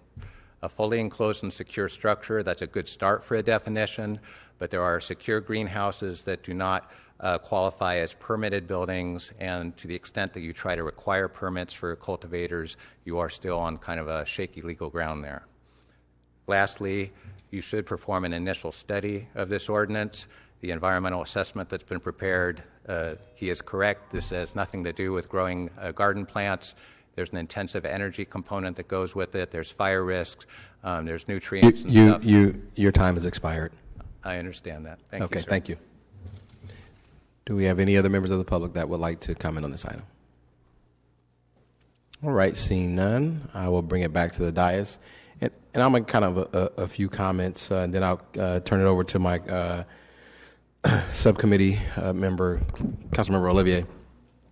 So first of all, I just want to thank the subcommittee for working on the issue, and thank you, Ty, for a very thorough staff presentation. We certainly appreciate your effort on that.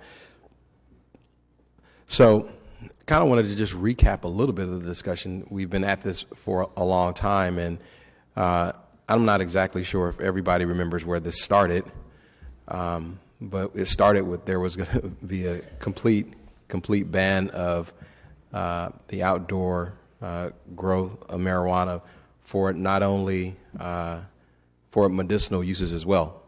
So I think that it's worth noting where we started with the discussion. And while I can hear some frustration on the part of some of our medicinal community, I don't think any of this council or any of us on the subcommittee said that this was the final version, final product, or the end of the discussion. I think it was very clear, at least from my standpoint, that we would be taking steps. And while obviously it's a complicated issue, and there are many steps that could be addressed, that we were going to begin moving in a direction to address the issue. So I actually think, given where we started and where we come, we've made significant progress. There was significant pushback for even doing this, as it was called, poultry for plants. There was significant pushback for that. And while you all may not appreciate that, we as policymakers do. So we were trying to find a ground, an area where we could start a discussion, not end the discussion. So I would encourage you to, while you may have some reservations or disappointment, to be celebratory in some sense that a year ago this time we would be not even close to this point. It would have been completely illegal in the city of Fresno, and we would have had to fight legal battles for that. And speaking of the legal issues, we're not exactly certain we're on certain legal ground with any of it, even with the state state state bill, as you highlighted, we're not exactly certain that that gives us any cover at all. I think that we're hopeful that we've prescribed a path that will not allow this to become an issue. But federally, as we know, we have many challenges with the federal recognition of marijuana being a Schedule I drug. So I think that, quite honestly, we did pretty good work overall, and this is not the end of a discussion, but the beginning. And all major legislative pieces, as most of us in this hall know, come in steps. So I would encourage you all to see this as a first step and the beginning of a discussion, not the end. And with that, I'll make a motion that we approve the item. Councilmember Olivier. Thank you, President Baines. I just wanted to say that I'm in support of this because we're going from allowing 0 to 4, and for me that was an improvement on what is on the books currently, which is not allowing any growth at all. I'm a member of the board of directors of the League of California Cities, and I made this report to this council once before, but the truth is that there are 4 competing ballot initiatives that will be present on the fall of 2016 ballot. They will be consolidated into one ballot measure that will call for the legalization of the recreational use and the legalization of all use of marijuana.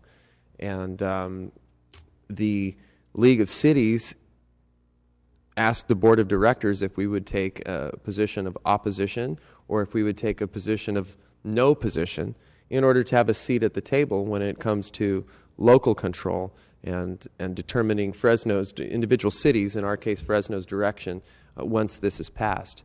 But the League of California Cities presented a poll to the Board of Directors which shows that Californians in the 6 out of 10 majority currently favor the legalization of the recreational use of marijuana. So in my opinion, I think that, in fact, the lieutenant governor of this state is on the radio right now calling for the legalization of marijuana.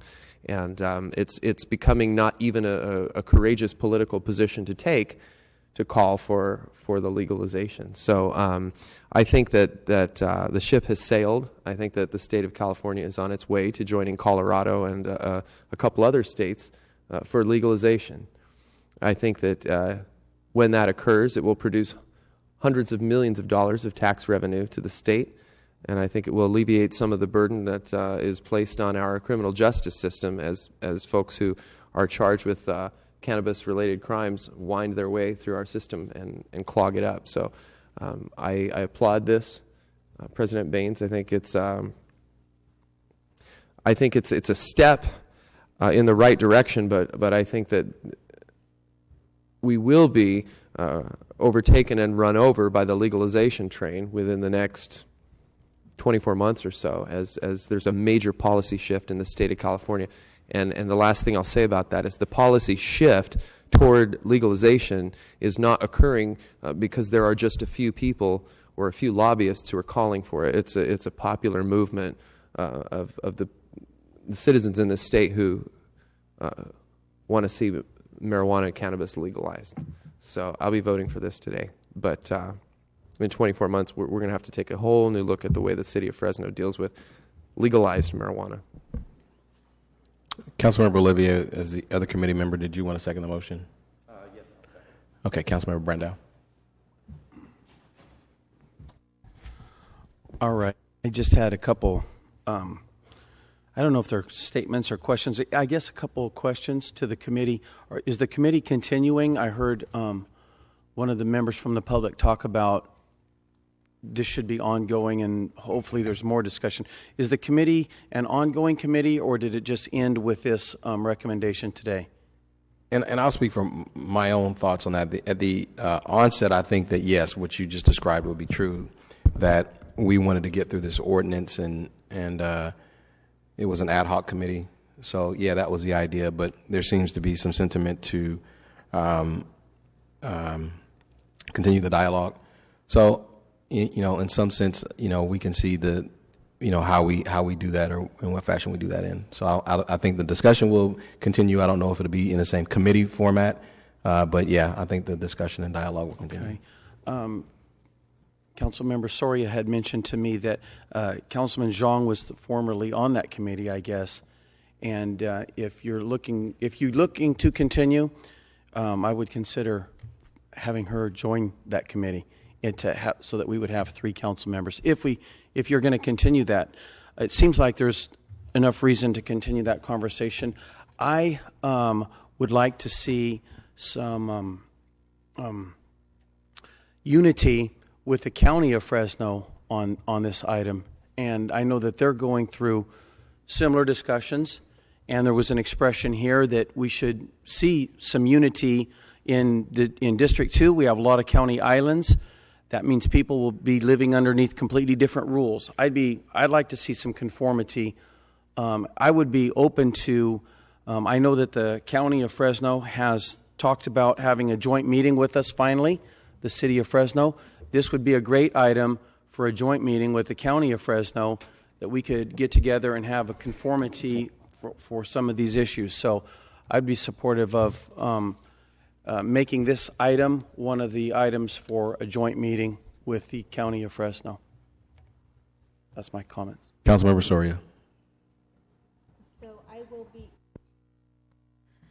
I will be supporting this today, but I do want to say that this is a first step. I would like to see the dialogue continue, and as my colleague, Councilmember Brandow, just expressed, I have an interest in being in this subcommittee because I do believe this topic deserves to be a continuous dialogue as we see things change, possibly here in our state. So it's important that we keep track of what is happening. And I also do agree with the sentiment that we should be speaking to the county and having a dialogue together to see how we work and create some consistency for the residents that do live here in our jurisdiction. And yes, we do have many pocket county islands in our city, and so we should make sure that policies that will impact the residents will be equally across for folks that live within the city boundaries.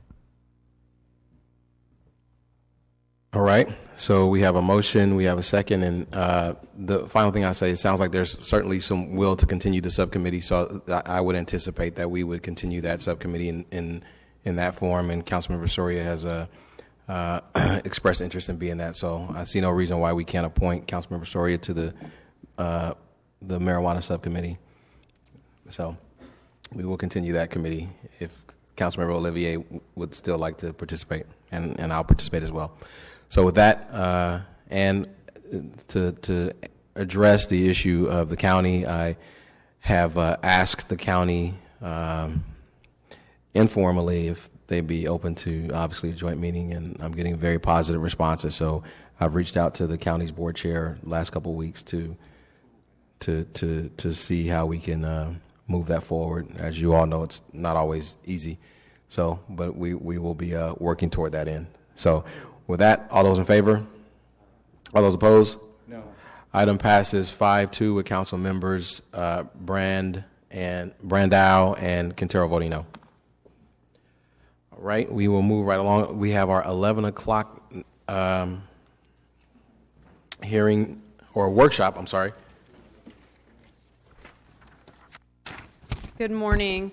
Jennifer Clark, Director, Development and Resource Management. Wanted to just introduce a little bit of what we were doing today. As you recall, last December, the general plan was adopted on December 18th and was effective on January 18th. We promised that we would roll out the development code to implement the general plan by the end of March, and we're going to talk through our timeline with you this morning. This is going to be a very high-level, brief overview about the general plan. about the development code. And I wanted to take just a minute, though, to introduce Dan Zach. Dan came to us last July very quietly to be the Assistant Director of Neighborhood Services, which encompasses long-range planning, historic preservation, our housing programs, energy efficiency, and community revitalization, a very broad, diverse section of our department. And he hasn't been officially introduced to the council, so I wanted to very briefly introduce him to you. He is a native of Fresno, attended Fresno State University, and worked here in the Valley for a number of years before he went to the Bay Area to Redwood City. And I'm going to just share with you a quote that I think is really, really telling about Dan and about what makes him important to this process, especially the code. I am passionate about cities, from the biggest metropolis to the smallest village. For 17 years, I have worked to make them beautiful, functional, and prosperous. He goes on to say that while some other urbanists find local government to be an obstacle and a source of frustration, he knows how to mobilize it and to create great places. So the reason Dan is spearheading our code development is not just because he understands codes and is really good at making great places, but because he also understands development. And to be business friendly, we have to make sure that our codes are easy to follow and are easy to implement, and we get great results that improve our community and benefit our community. So with that, I will turn it over to Dan Zach.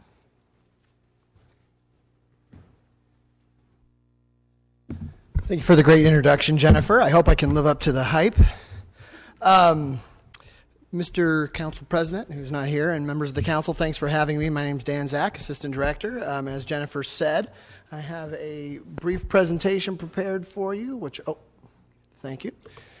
And yeah, I am excited to be here today to present a status update on the development code. It's a really exciting proposition to be redoing the whole development code from a clean slate. The current development code has been with us since the late 50s, early 60s when it was put together, and it hasn't been comprehensively redone since then. The world's a little bit different now than it was in the late 50s and early 60s, and so we need a development code to reflect that, and we're having our opportunity to do that now, and it's pretty exciting. So for anyone in the audience who might not be familiar with what a development code is, the development code, also known as the zoning ordinance, zoning code, and it regulates everything that's built within the city and businesses that operate in the city, remodels and expansions of existing buildings within the city, both within infill areas and greenfield areas that are brought into the city as we expand outward. And so it tells you where homes are allowed, where businesses are allowed, where they're allowed to mix and where they're not. It tells you how tall buildings can or can't be in various parts of the city, what kind of landscaping and setbacks are required, what kind of parking is required for different kinds of operations. And then as we expound outward, it provides a framework for how streets, blocks, and lots are laid out. The creation of the code has been underway for the last several years. It's been a really massive effort, and that's now finally coming to fruition.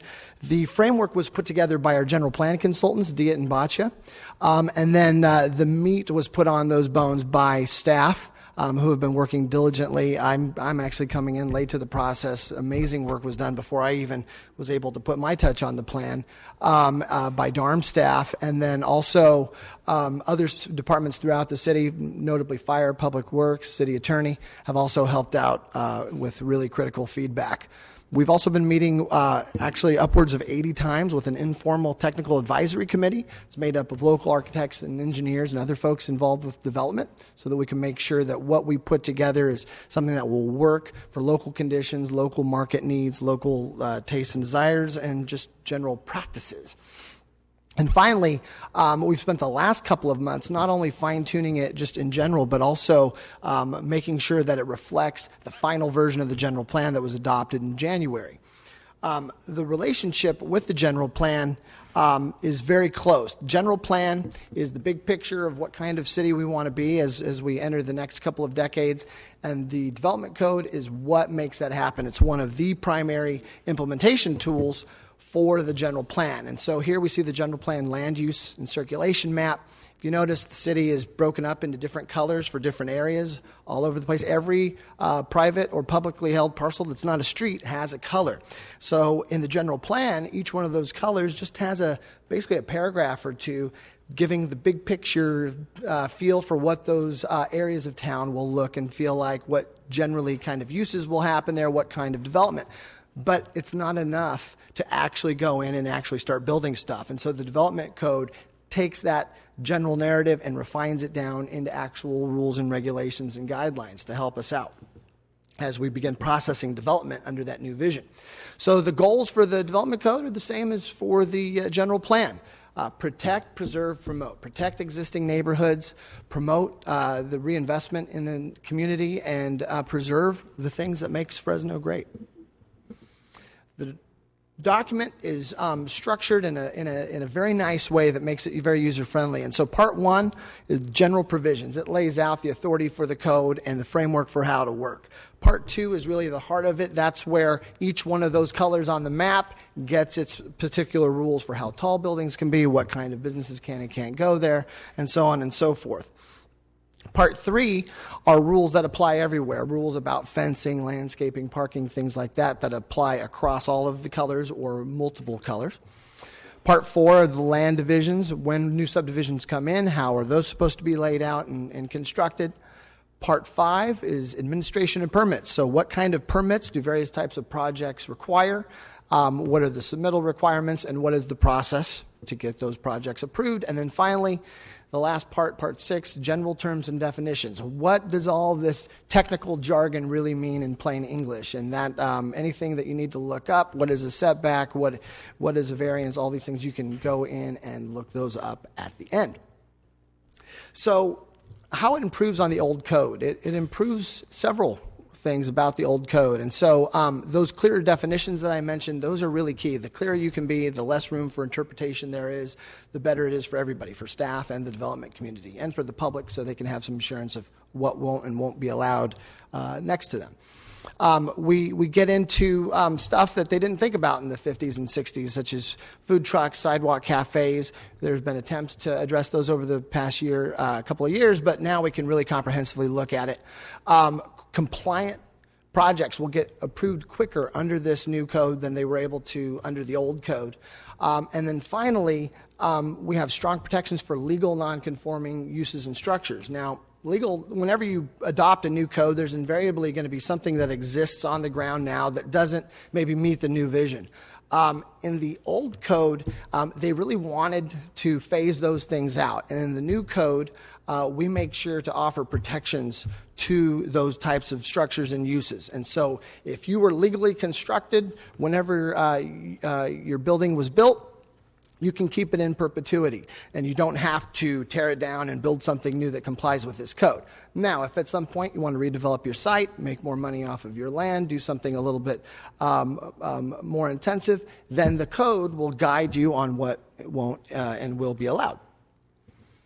So in general, most zones will see the number of permitted uses increase, and the number of things that require a conditional use permit, which is fees and timelines and uncertainty, that will go down. You'll get more clarity on those sorts of things, which I think most folks will find a big improvement. The uses that are not allowed are very clear. In the old code, it's text, and you're often referred to other areas to find out what you can and can't do. Here, you find your use on the left, you find the zone that you're in on the right, and then in that cell tells you P for permitted, C for conditional, or not permitted. Should have upped the resolution, I guess.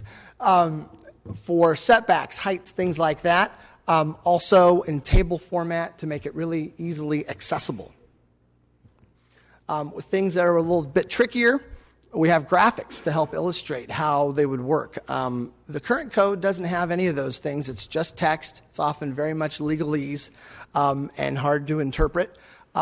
It's hard to find all of your rules in one place in the current code. Everything highlighted here is cross-references that refer you back and forth throughout the document.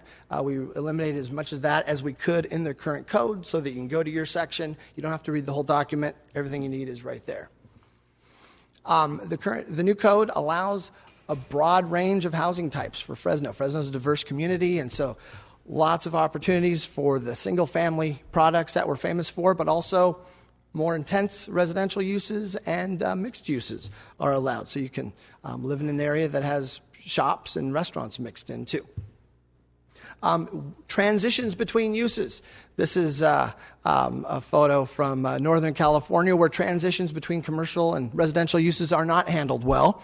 And this code puts good emphasis on making those transitions nice, setting things back, landscape buffers, tapering heights down as you get into residential areas to make sure that where the colors change from one type of zone to the other, that those transitions are as friendly as we can possibly make them. When there are vacant lots in existing areas, rather than enforcing a rule that might feel arbitrary in an existing area, we require in the new code for the infill homes to match the neighbors. It's all about fitting in to the context. And so rather than just applying 35 feet arbitrarily, for example, we would measure the existing homes and require the front setback to match them. In terms of encouraging reinvestment in infill, we think this new code is going to be a big improvement.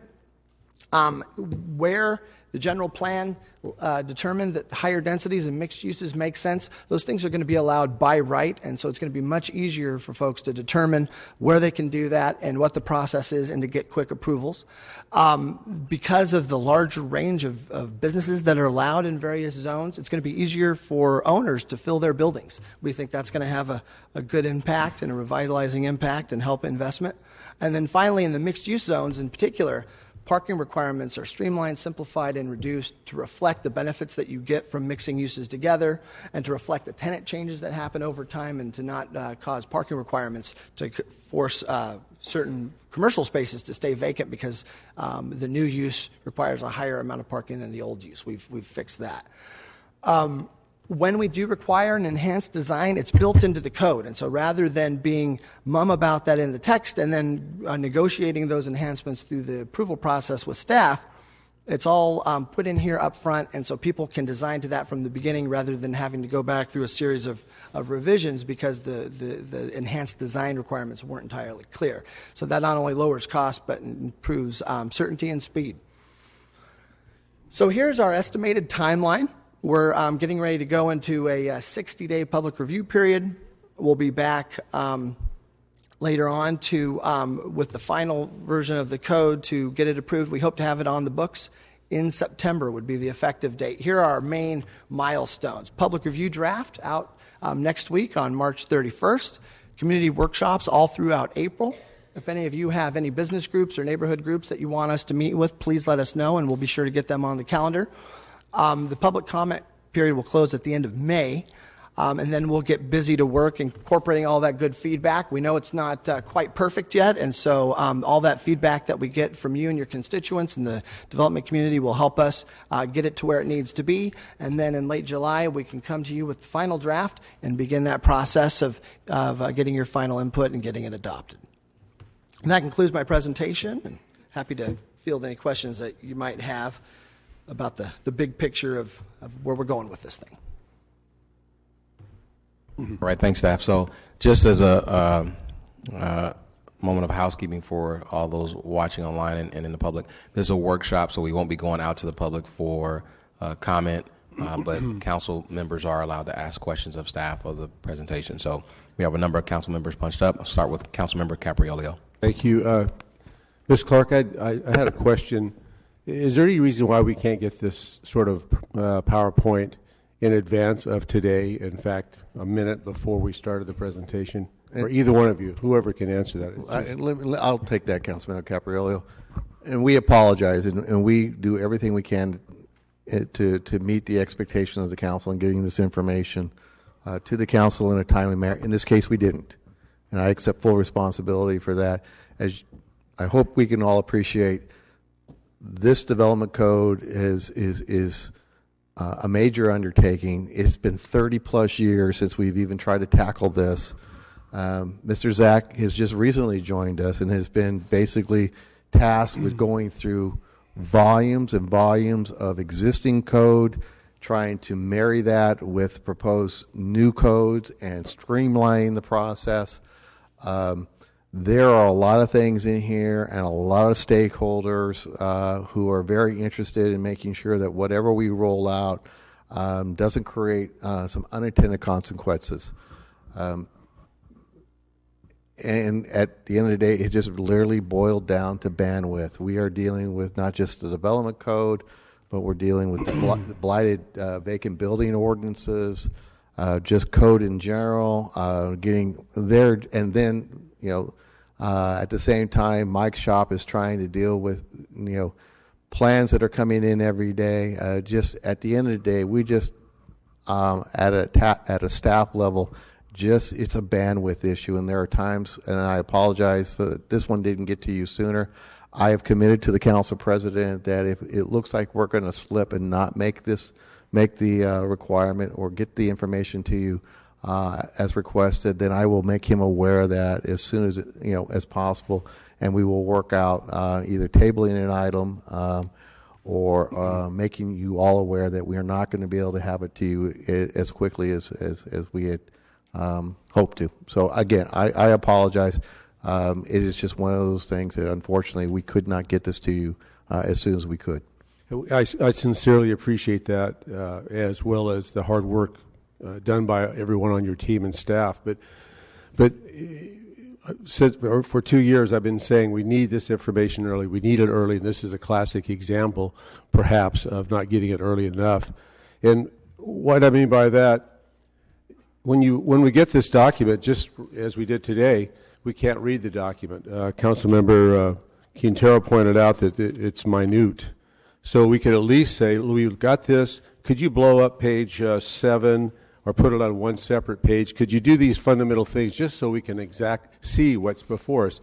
It makes no sense to me right now, to be honest with you. So I'm not sure the value of this at this moment. And the other thing is it's difficult to try to look through this and read it or comprehend any part of it while you're talking to us.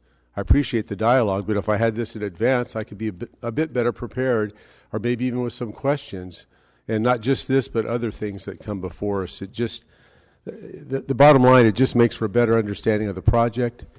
It makes for a better decision and ultimately a better policy by this body. So please keep that in mind in the future. Thank you.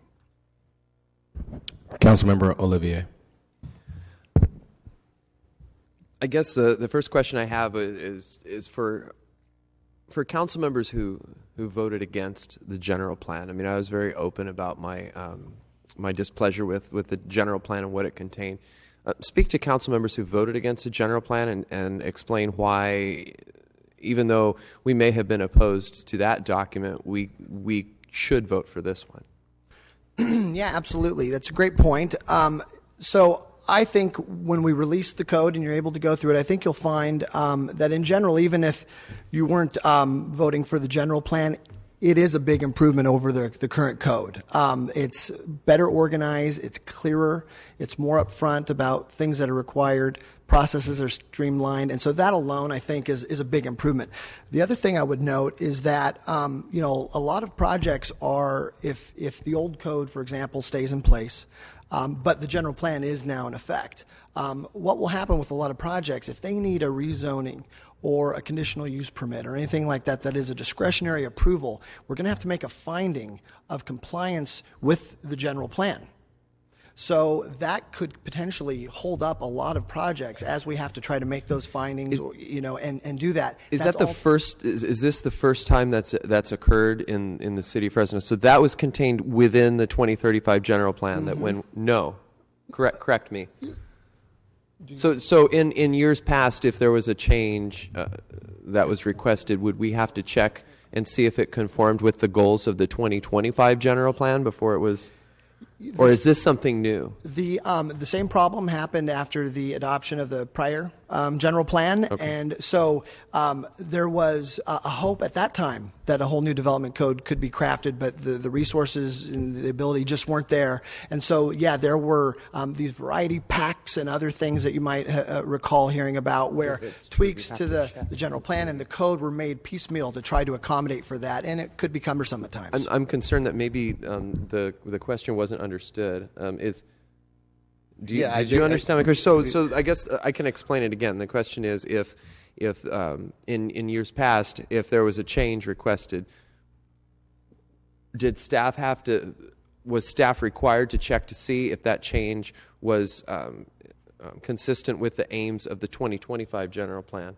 Or is this a new step that we've introduced, that when a change is requested, that staff has to check to see if it conforms with the 2035 general plan? No, that step has always been required. It's always been required, and that's not unprecedented with other municipalities. I mean, they check to see if it works with the general plan.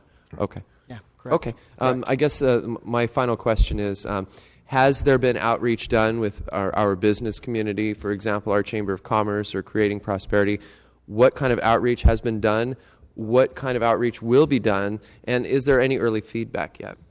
So the Technical Advisory Committee that I mentioned, Arnaldo Rodriguez of our staff met with them upwards of 80 times over the calendar year 2014 to work through a lot of those issues. So that was a lot of feedback. We've also met separately with various interest throughout the community also on these same issues to get that feedback. And then, during the next 60 days, much more of that will also happen as we do presentations into various council districts and to business groups and neighborhood groups to get even more of that feedback. So an immense amount of feedback has already gone into what's going to come out next week, and then the final one that you see later in the year will have even more. I would request that I would like to have a meeting or two or three or four to get me through this process so I can understand it, because I represent a major, I guess, corridor that was covered in the general plan. I would like to really be able to understand this before we finally get to a point where I have to vote. So thank you very much for your presentation. Absolutely. I think that if you voted against the general plan, you should not meet with any of the council members that vote against the general plan on this document. So I'm kidding. I'm kidding. Councilmember Soria. I also want to thank the staff for the tremendous amount of work that you guys have done up to this point. I wanted to understand I had one question regarding public participation. Do we have a schedule of where these workshops are going to be? How did you guys select the sites that you guys are going to have them? For me, public participation is always a huge component and very important. And so I want to make sure that my constituents have an opportunity to get out and express their opinions as to what we're doing. Yeah, that's going to be essential. Jennifer's been working on that. Do you have anything to add? We'd really like some feedback from the council before we formally set those meetings, because we want to ensure, just as you said, that we have them at the right time, the right place, the right day of the week, to ensure that we have the greatest number of participation within each council district. So we will work with each, once it comes out on March 31st, we will work with each council district to set those times and places to ensure that we get the greatest amount of participation. Yeah, and we probably want to get those settled and confirmed probably soon, because the outreach is what's going to be important, Absolutely. right? It doesn't matter if we create a forum, yet we don't do the proper outreach. And so I think for me, it's going to be very important that you guys outreach in Spanish and Hmong, and use the different media outlets that are out there. If I don't know if we are going to be able to do any radio, TV, or whatever we do, but that we do maximize our ability to outreach to the community. Absolutely. All right. Those look like all the staff comments. All the council member comments. Thank you, staff. We'll follow this process as it unfolds. Thank you. All right, council. So we are having quite a day. So what we're going to do, we are going to take a 30-minute break. We are expecting lunch in a moment. I'm sorry, what was that, Madam Clerk? Would you like to take scheduled communication for about 3 minutes? Yes, thank you. We will do that. We do have our scheduled communication here. We will do that, and then I will give council instructions. My apologies. Please come forward.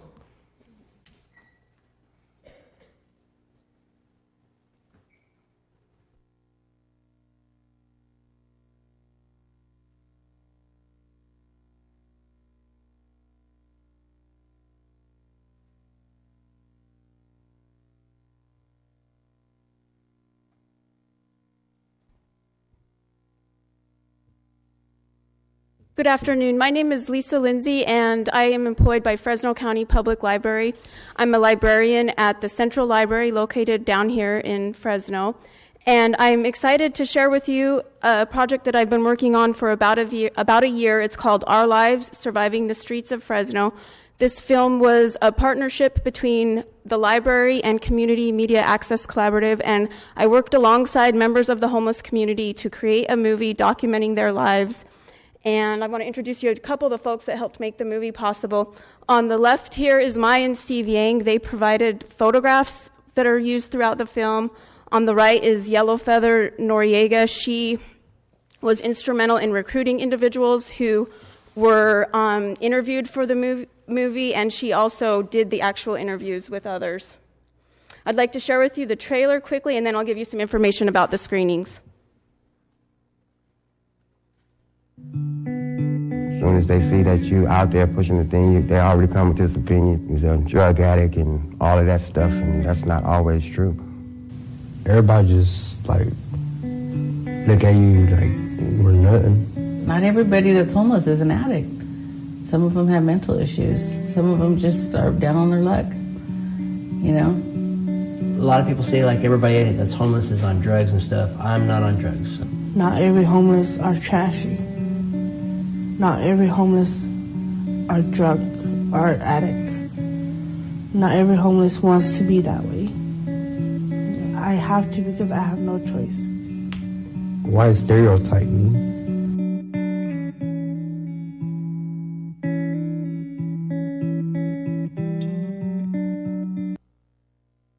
So 10 individuals courageously shared their story with the intent of creating a space where dialogue can happen about this issue that includes them. We're screening the movie April 10th. That's a Friday at 7 o'clock at the Unitarian Universalist Church of Fresno. And then April 14th at CMAC, that's the historic Fresno B building here downtown. That's at 7 o'clock p.m. as well. The short film will be followed by a panel discussion which will include individuals featured in the film. And again, the goal is to create a space where dialogue can happen that includes everyone. My contact information is on the screen here if you have any questions. Otherwise, I just encourage you to participate in this exciting opportunity. Thank you. All right, thank you. Okay, so we will break for our noon break. So, council, we're going to take a 30-minute break, and then we're going to convene in a closed session. We have a pretty heavy closed session calendar. We will. Yes, let me get through. You're right. Thank you. I will do that as well.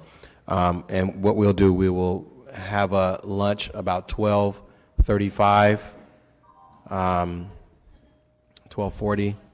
Then we will take our closed session items. We will work through closed session, then we will come back out and finish up our calendar for the day with our general admin items.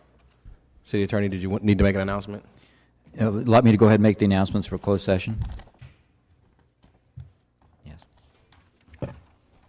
Yes, for closed session, we have conference with legal counsel concerning anticipated litigation on the Floyd Johnston matter, existing litigation concerning Toscano versus the city, existing litigation concerning Verney, real property negotiator concerning a number of properties that are listed on the agenda.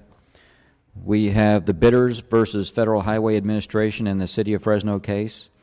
We have the Downtown Fresno Coalition versus the City of Fresno case.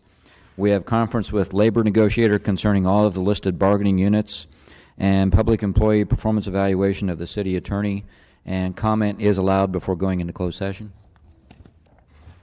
All right, thank you. I'll also take unscheduled communication at this time. All right, seeing none. Thank you.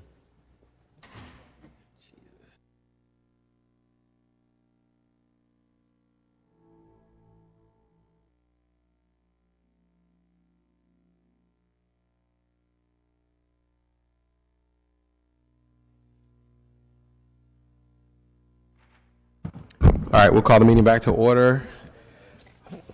First up, we're going to take item 2A, the bill to cancel the Artisan Square Development Agreement.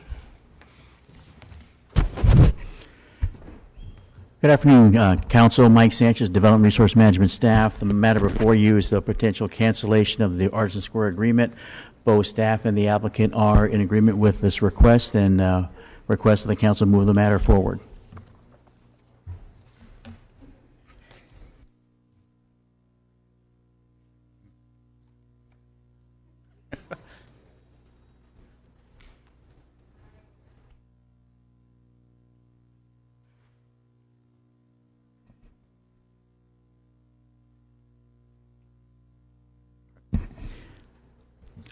You did your...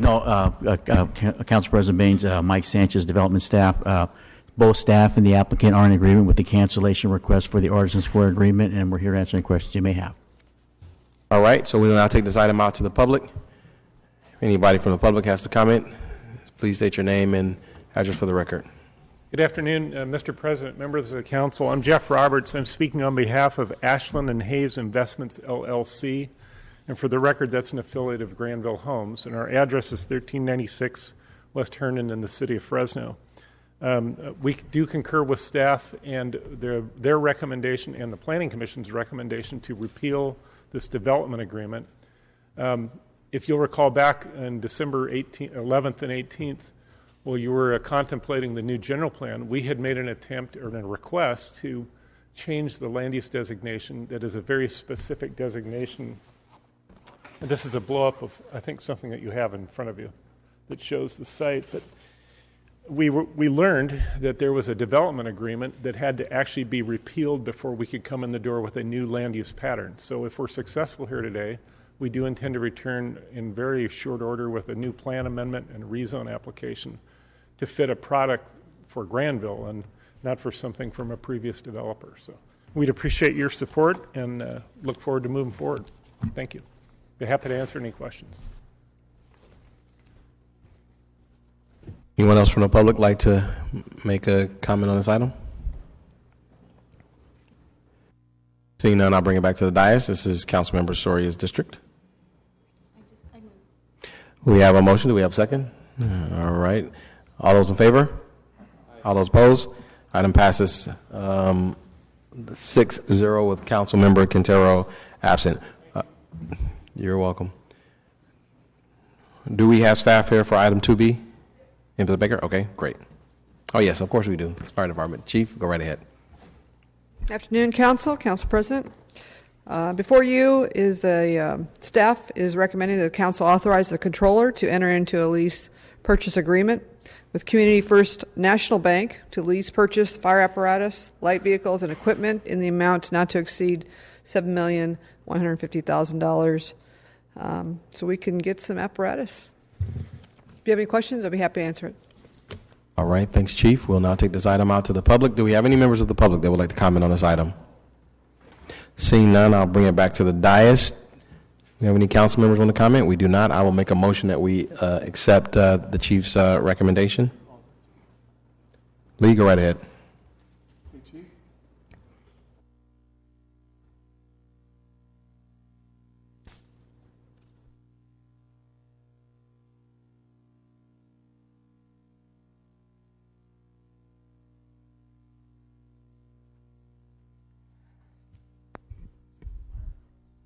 Fire trucks, it's for, just to be clear, it's for 2 ladder trucks, 8 fully equipped engines, 1 water tender, and 8 light vehicle.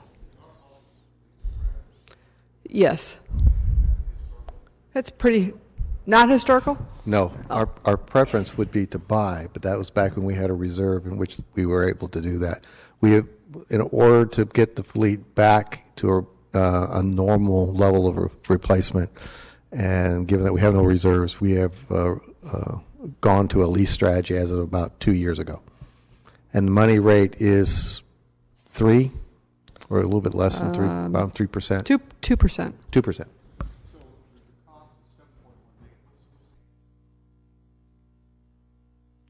The first year lease payment is $525,000. Thereafter, the estimated annual obligation is $881,000. 10. Yeah, we have. Well, our engines are typically should be cycled out in 8, and our trucks up to 15. But we seem to run our trucks much harder because they're our first line apparatus at some of our stations. When they are 2 company houses, it was trucks ran fewer calls.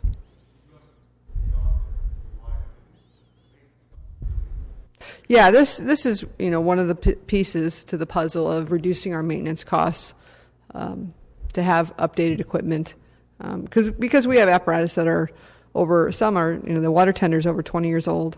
Our frontline piece of equipment, some are 15 and they have over 160,000 miles. Some, if they're beyond any type of reasonable reimbursement to be sold, we often donate them to, let's say, City College Fire Academy, Hume Lake. We've donated some. Our sister city in Mexico, we've donated several. But if there's any salvage value, we can do that too. Yeah. If I could, Council Member Brand, this is the first step in, as I said, in rebuilding their fleet. The 5-year projections that we're currently working on will put the fleet back on a normal replacement schedule. In looking at what is best practices in the fire department, which was surprising to me, is that you have you basically your active fleet, your frontline fleet, and then they have a ready fleet, which is basically trucks and ladder trucks and apparatus engines that are parked, but they're ready at moment's notice to replace vehicles that are in for maintenance or for repair. And then there's another sub-fleet to that, which is those vehicles that are at the end of life. They're not necessarily ready, but they are still usable in the event of a sudden unanticipated demand. We're nowhere close to that. So this is the first step of probably a 5 to 7 year strategy to actually get them back to the point where they have an active fleet, a ready fleet, and even a supporting emergency fleet, which is long in coming. But we've projected those numbers out over the next 5 years, and I'll give you a little glimpse into the budget. It's assumed in our upcoming budget as well.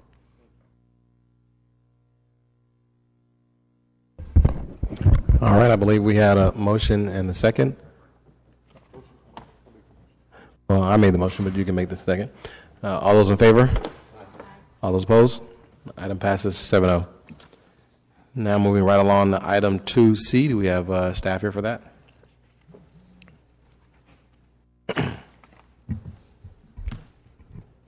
Hello, Council President. Eric Johnson, Public Works Department. The item I'm presenting on is the actions pertaining to the Tulare Street Wireless ITS Intelligent Transportation Systems Traffic Signal Synchronization Project from C Street to Clovis Avenue. It is bid file 3367. It is located in Council Districts 3, 5, 7, and Fresno County. Staff recommends that the City Council adopt a finding of categorical exemption per staff determination pursuant to Section 15301C of the CEQA guidelines and award a construction contract with AC Electric Company of Fresno, California in the amount of $682,860 for the base bid plus add alternates number 1 and add alternates number 2 as the lowest responsive and responsible bidder for the Tulare Street Wireless ITS project from C Street to Clovis Avenue, and to authorize the Public Works Director or their designee to sign a contract on behalf of the city. This project is located in Council Districts 3, 5, 7, and Fresno County, and the overall cost of the project is $896,260 and is funded by CMAQ, Congestion Mitigation and Air Quality Regional Bid Funds, and Proposition 111 Gas Tax Funds. Thank you for your consideration, and we can answer any questions you might have. Thank you, staff. We'll take this item out to the public. Do we have any members of the public wishing to comment on this item? Seeing none, I'll bring it back to the dais. Councilmember Quintero, I'll let you comment on this item in your district. All right, and seconded by Councilmember Soria. All those in favor? All those opposed? Item passes 6-0 with Councilmember Brandow absent. Next, we have item 2D, as in David.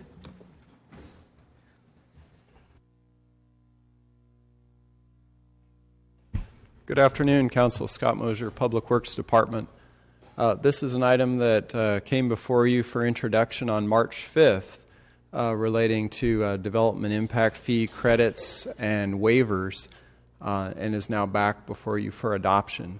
Our current program in the fee program already allows for fee waivers or credits for property owners who are demolishing existing buildings and rebuilding. For example, someone who perhaps has an older, dilapidated restaurant-type building on the site, tear that down and they build a new one, the same square footage, there's no fee due in that situation, and that's already the case. What this bill does is deals with a unique situation where a public agency is completely condemning a piece of property and requiring the business to relocate, such as, for example, the California High-Speed Rail project, or this could apply to a freeway-type project, not that any of those are currently in the works. And it allows the property owner, the business, to transfer those credits or to recognize the loss of that building and to then apply that at the new site. So I believe this was discussed previously. Staff is here available to answer any questions, and we would recommend approval. Thank you. I'll take this item out to the public. Any members of the public wishing to comment on this item? Seeing none, I'll bring it back to the dais. Any council members are punched up? I'll make a motion to approve staff's recommendation. Probably moved in second. All those in favor? Any opposed? Item passes 6-0 with Councilmember Brandow absent. And that concludes our council meeting for today. Thank you. We're adjourning in memory of Mary McCoy. Thank you.